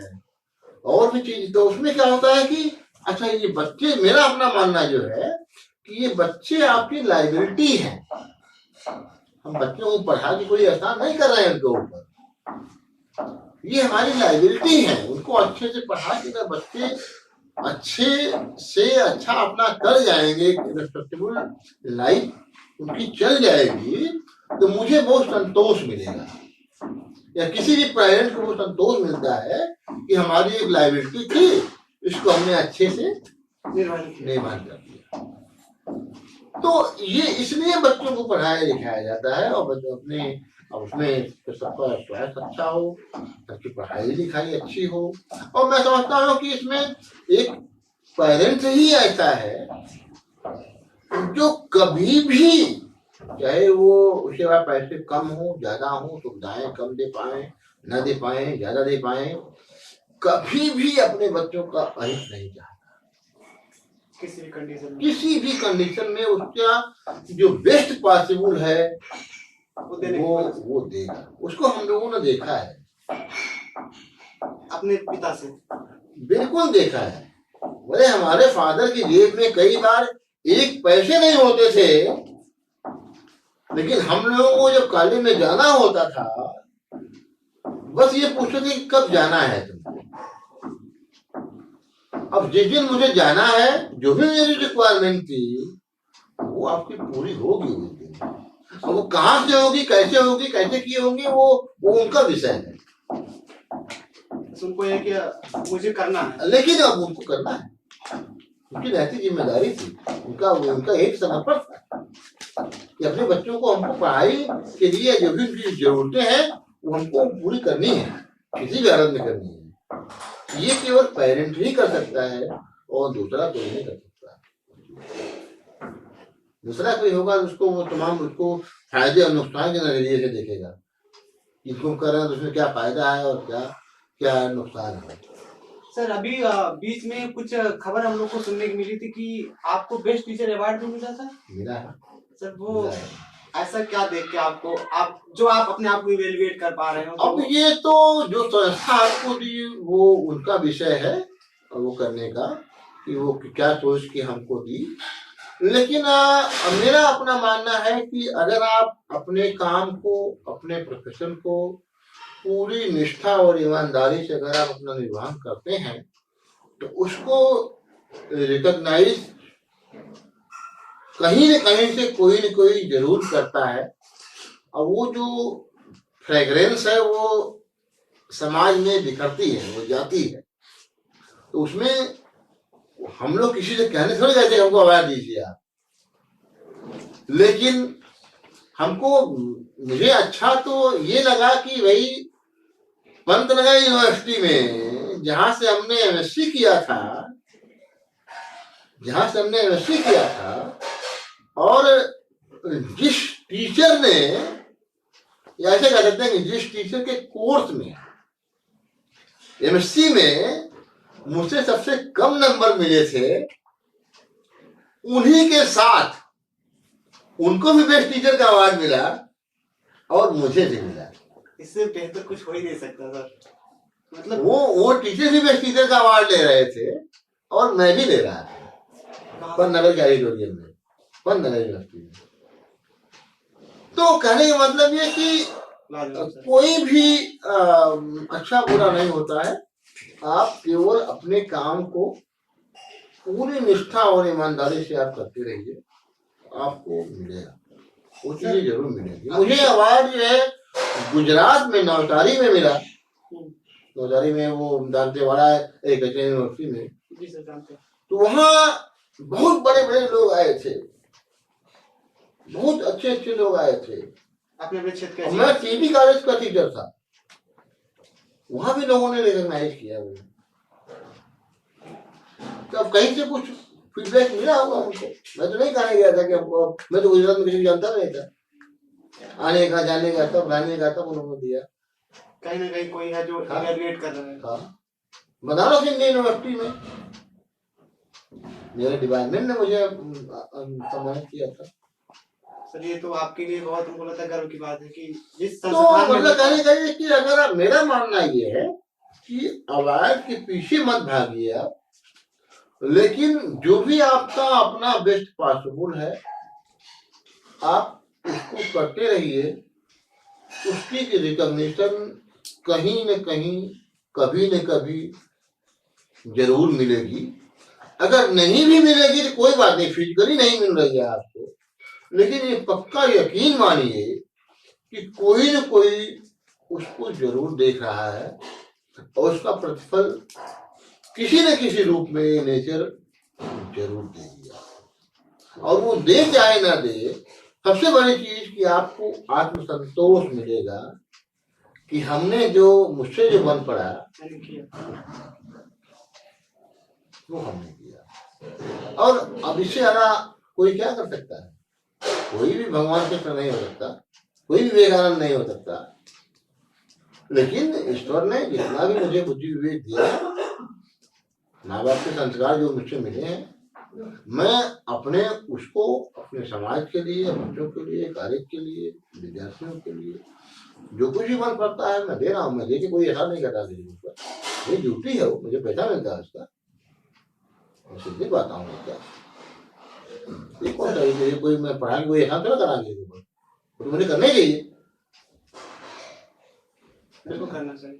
तो सर अभी आप उस दिन बात हो रही थी कि बुक्स को लेके कौन कौन सी, सर आपकी कितनी सारी बुक अभी आ चुकी हैं जो बुक्स का असल में मैं समझ गया। बुक्स में क्या था कि देखो हम लोग बेसिकली हैं टीचर, है ना, तो टीचरों में क्या होता है कि जो भी कुछ अपनी बात होती है, अपनी जो ज्ञान होता है, वो वर्चुअल तो हम आपसे बोलेंगे कल को भूल सकते हैं, आप लोग भूल सकते हैं, लेकिन अपने ज्ञान को, अपने नॉलेज को अगर आप कहीं अगर हार्ड उसमें मतलब कि अगर बुक फॉर्म में अगर बच्चों को दे दिया जाए तो वो हमेशा वो काम आता है ना। तो हमारा दिमाग में भी ऐसे आया, बहुत लेट आया, जबकि ये पहले आना चाहिए था मुझे, है ना, लेकिन वो धीरे धीरे शुरू किया। कि मैं, चूंकि देखो हॉर्टिकल्चर तो बहुत बड़ा है, हॉर्टिकल्चर बहुत बड़ा है, हॉर्टिकल्चर में एक से एक लीजेंड हुए हैं, हम तो कुछ है ही नहीं है, लेकिन मुझे लगा कि जितना मैं जानता हूँ हॉर्टिकल्चर को, जो मैंने भी 25 सालों में अपने पठन पाठन से जो हमने ज्ञान का अर्जन किया, जो हमने पढ़ाया, उसको क्यों ना हम एक बुक के रूप में बच्चों को दें। तो हमने धीरे धीरे करके शुरू किया। अभी तक मेरी जो है 10 किताबें हॉर्टिकल्चर के डिफरेंट एस्पेक्ट्स पे बच्चों के बीच में है, और अभी 2 पे काम मैं और कर रहा हूँ, तो कुछ दिनों में वो भी 2 हो जाएंगी। तो मतलब करीब करीब मैं काफी कुछ हॉर्टिकल्चर के एस्पेक्ट को मैं टच कर पाऊंगा, और कोशिश अभी तो बाकी जो जीवन है कुछ न कुछ चलता रहता है। तो किताबों का जो है वो मुझे लगा कि यही एक माध्यम है जिसके माध्यम से मैं अपनी बात को, अपने ज्ञान को लोगों तक, बच्चों तक पहुंचाया। तो मैंने वो चीज यही सोच के मैं शुरू किया था, और धीरे धीरे करते करते अभी तक तो 10 एस्पेक्ट कवर कर पाया हूँ। आर्टिकल बहुत बड़ा है, कभी कुछ पे काम चल रहा है, कभी देखते हैं क्या हो सकता है।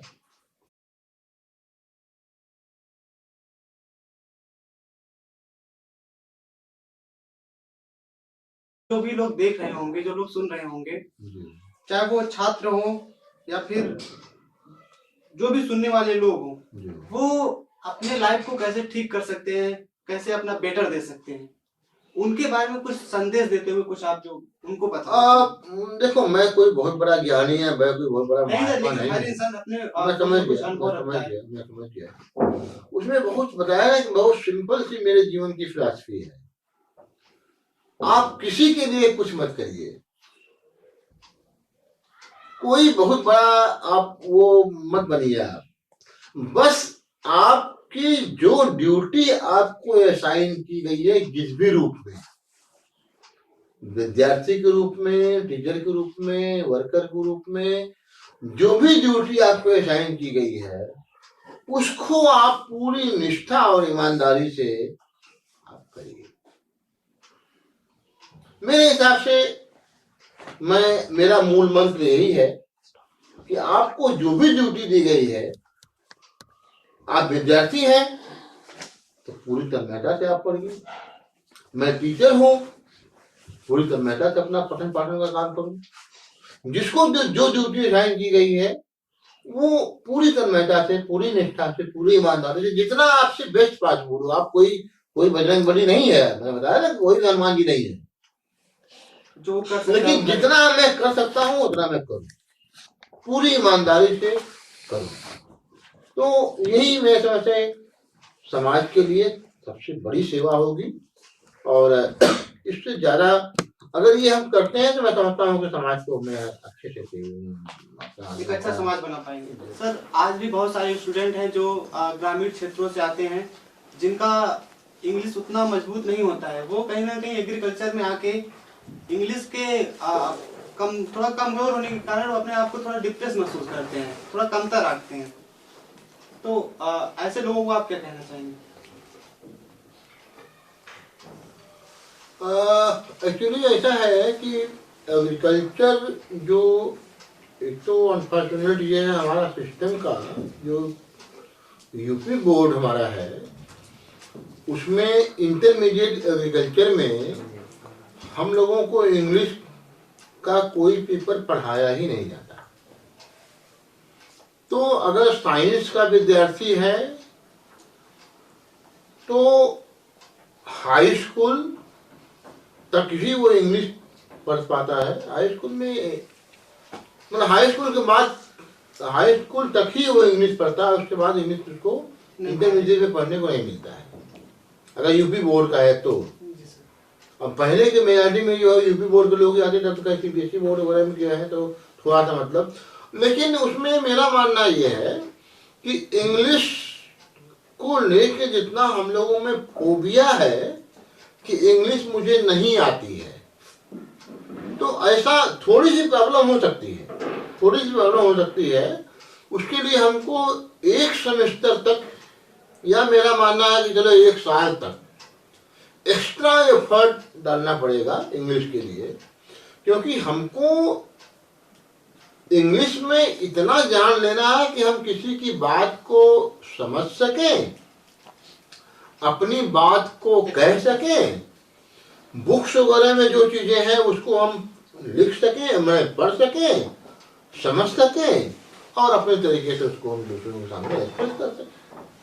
तो उसमें एग्रीकल्चर जो है, इसमें बहुत ज्यादा कुछ लिटरेचर की और उसकी जरूरत नहीं है। एग्रीकल्चर में मेरा जो मानना है कि 500 से लेके 1000 वर्ड की डिक्शनरी है, बल्कि मैं ज्यादा ही बोल रहा हूं। अगर वही वर्ड की डिक्शनरी अगर आपकी तैयार हो जाए, या उसको अगर आप टर्मिनोलॉजी को समझ लें, तो आपकी बीएससी, एमएससी, पीएचडी पूरा जीवन निकल जाएगा उसी इंग्लिश पे।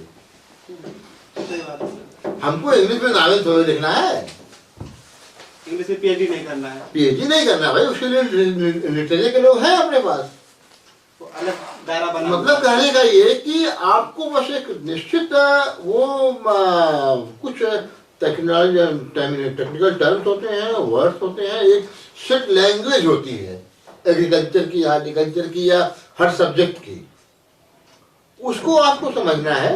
उसको समझने के लिए आपको थोड़ा सा, क्योंकि अगर हमारा बैकग्राउंड उस तरह का नहीं है, तो 1 से 2 सेमेस्टर तक हमको एक्स्ट्रा एफर्ट डालना पड़ेगा। हमको उससे भागना नहीं है, हमको उससे घबराना नहीं है। उसको फेस करके एक से दो सेमेस्टर तक अगर आप थोड़ा सा एक्स्ट्रा एफर्ट डाल दें तो प्रॉब्लम आपकी सॉल्व हो सकती है। और आजकल भी ये देखो, कोई भी अच्छा लिटरेचर आप उठाएंगे तो कोई भी कहने को हम लोग जरूर मातृभाषा हिंदी है और ये है वो है, लेकिन कोई भी लिटरेचर आपको हिंदी में नहीं मिलेगा। तो इंग्लिश तो आपको जानना ही पड़ेगा, क्योंकि बिना उसके आप नहीं कर पाएंगे।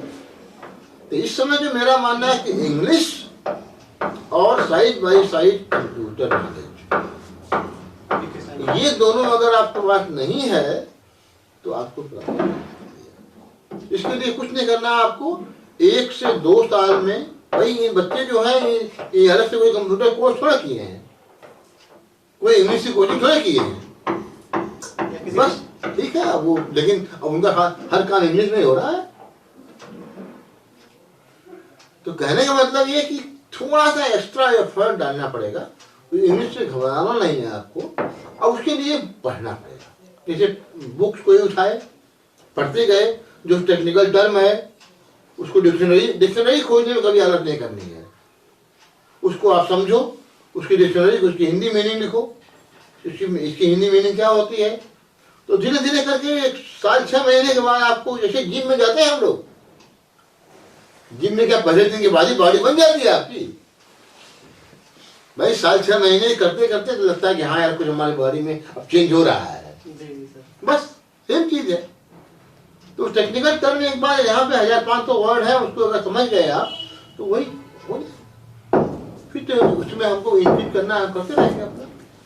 सर बस एक लास्ट क्वेश्चन मुझे पूछना है कि किसी भी स्टूडेंट के लिए वो पढ़ाई का बेस्ट स्ट्रेटजी क्या हो सकता है जो आप एनालाइज कर पाए हो, या जो आपने अपने अनुभव से, अपने स्टूडेंट लाइफ से लेके अब तक सीखा हो? कि मतलब जैसे हम लोग पढ़ते थे इंटर में, तो वो सर बताते थे कि आप पहले बुक की रीडिंग थोड़ी कराइए, क्लास में भी थोड़ा पढ़ाया गया, फिर वो वही मैं जानना चाहता हूँ सर। उसमें देखो आजकल जो मैं देख पा रहा हूँ, मैं बताया ना, पहले मैं बताया था कि बहुत ज्यादा ब्रिलियंसी की जरूरत नहीं है। आप कितने सिंसियर हैं, कितने रेगुलर हैं और कितने लेबोरियस हैं, कितना देर तक आप टेबल चेयर पे बैठ रहे हैं, ये बहुत जरूरी है। और इन्हीं चीजों का आज के बच्चे हम लोगों से बहुत इंटेलिजेंट हैं। ये हमको कहने में कोई संकोच नहीं है कि हम लोगों से ये बच्चे जो हैं बहुत इंटेलिजेंट हैं, लेकिन इनकी में तो स्टेबिलिटी है। 1 घंटा वो बैठ नहीं सकते टेबल पे। तो आपको लेबोरियस होना पड़ेगा, आपको सिंसियरली जो भी चीजें आपको पढ़नी पड़ेंगी, और जो आपकी जो मेहनत है उसमें कंसिस्टेंसी बहुत जरूरी है। मतलब हमेशा आपको रोज कुछ न कुछ करते रहना। हाँ, मतलब जब उसमें होता क्या कि जैसे जैसे हम लोग बड़े होते जाते हैं ना, तो हम लोगों को ये डिस्ट्रैक्ट होने की पॉसिबिलिटी ज्यादा बढ़ जाती है। तो अब उसको इग्नोर करते हुए, उसको बाईपास करते हुए लास्ट तक जो पहुंच गया वही हीरो है। जैसे जैसे आप बड़े होंगे आपको बहुत तरह के लोग मिलेंगे। कुछ लोग खेलने कूदने की तरफ मोटिवेट करेंगे आपको, कुछ लोग घूमने टहलने पे मोटिवेट करेंगे आपको, तमाम तरह की चीजें मिलेंगी आपको। तो उन सबको बाईपास करते हुए लास्ट तक जो पहुंच गया वही। कोई ब्रिलियंट, कोई खराब नहीं होता। मैंने बहुत सारे ब्रिलियंट को देखा है जो कि मतलब कि वो, उनको मैं क्या बोलूँ, मैं नहीं बोलना चाहता हूँ। तो थोड़ा सा कम, मेरा मानना है थोड़ा कम ब्रिलियंट रहिए, लेकिन कंटिन्यूटी, हाँ, पढ़ाई लिखाई थोड़ा सा, और रेगुलरिटी होनी चाहिए, सिंसियरिटी होनी चाहिए, और अपना काम बढ़िया से करते रहना। तो हमारा यहाँ पे जो क्लास में जो हम लोग जो प्रैक्टिकल सब्जेक्ट है ना, एग्रीकल्चर जो प्रैक्टिकल सब्जेक्ट का होता है, पहले का जो मैसेज था कि भाई प्रैक्टिकल में ऐसी इबारत करवा दो हो जाएगा, हमने कहा नहीं कर पाएगा। अब उसमें हम टीचर हैं, तो हम तो अब किस जाति के हैं, किस धर्म के हैं, किस क्षेत्र के हैं, किसके लड़के हैं, किसके रिश्तेदार हैं, अपने से कोई मतलब इससे नहीं है। हमारी क्लास में कितने आप रेगुलर क्लास हमारी अटेंड किए हैं, वो मेरा पैमाना है। अगर आप रेगुलर क्लास मेरी अटेंड किए हैं तो आप मेरे लिए अच्छे हैं, सिंपल सी बात। बाकी सबके अपने कर्म और भाग्य होते हैं, जब जहाँ जैसे तो करना करेगा अपना। तो रेगुलरिटी बहुत जरूरी है। तो मेरा मानना यह है, बच्चों से ये कहना है कि बच्चों को रेगुलर होना चाहिए, सिंसियर होना चाहिए। जो कोई भी चीज़ें पढ़ाई जा रही हैं, जो चीज़ बताई जा रही हैं, उसको सिंसियरली पढ़ना, देखना, समझना चाहिए। और सीटिंग कैपेसिटी डेवलप करनी। अगर सीटिंग कैपेसिटी आप में है तो मैं बताऊँ आपको, आप कभी भी फेल नहीं रहेंगे। कितनी देर तक आप टेबल पे बैठते हैं, मैं उसको सबसे ज्यादा आदमी अपने आप को जानता है। सही बात है ना। हम लोग तो बिलो एवरेज स्टूडेंट थे। जो कुछ भी मिला है मुझे कहने में कोई संकोच नहीं है, वो केवल और केवल अपनी मेहनत से मिला है। पढ़ने के अलावा मेरे पास कोई काम नहीं था। लाख लोग कहते थे कि ये ऐसा है, वैसा है, ये है, वो है, जो भी कहना हो कहते रहो, मुझे जो करना है मैं करने को। और लास्ट में जो कुछ भी मिल जाता है, लोग कहते हैं भाई यही आपके डेस्टिनी था, यही डेस्टिनी थी। और उसको मैं फुल्ली इंजॉय करता हूँ, मुझे कहीं से कोई अफसोस नहीं है। तो मैंने कहने का कि आपको बढ़िया से, खूब मेहनत से आप पढ़ाई करिए, सिंसियरली आप पढ़ाई करिए, कभी डिस्ट्रैक्ट मत होइए, आराम से अच्छे से अपना काम करते रहिए। और जो मूल मंत्र जीवन का है वही मेरा, सही सोचिए, सही बोलिए और सही करिए। आप सबसे अच्छे हैं समाज के लिए। जिस भी रूप में आपने ईश्वर ने आपको भेजा है उसमें अपना पूरा योगदान करिए। और कोई भगवान राम भगवान किस हो सकता है? कोई नहीं हो सकता। अभी आप सुन रहे थे डॉक्टर रंजीत सिंह सर को, और हम लोग जो भी बातें किए, हमको और हमारे लोगों को बहुत कुछ सीखने को मिला। और हमें पूरी उम्मीद है कि आप लोग जो भी इस वीडियो को देखेंगे, चाहे वो जो भी लोग होंगे, वो उनको भी बहुत कुछ सीखने और जिंदगी को और पढ़ाई को लेके सर के नजरिए को समझने का एक नया अवसर मिलेगा। आप सभी को बहुत बहुत धन्यवाद।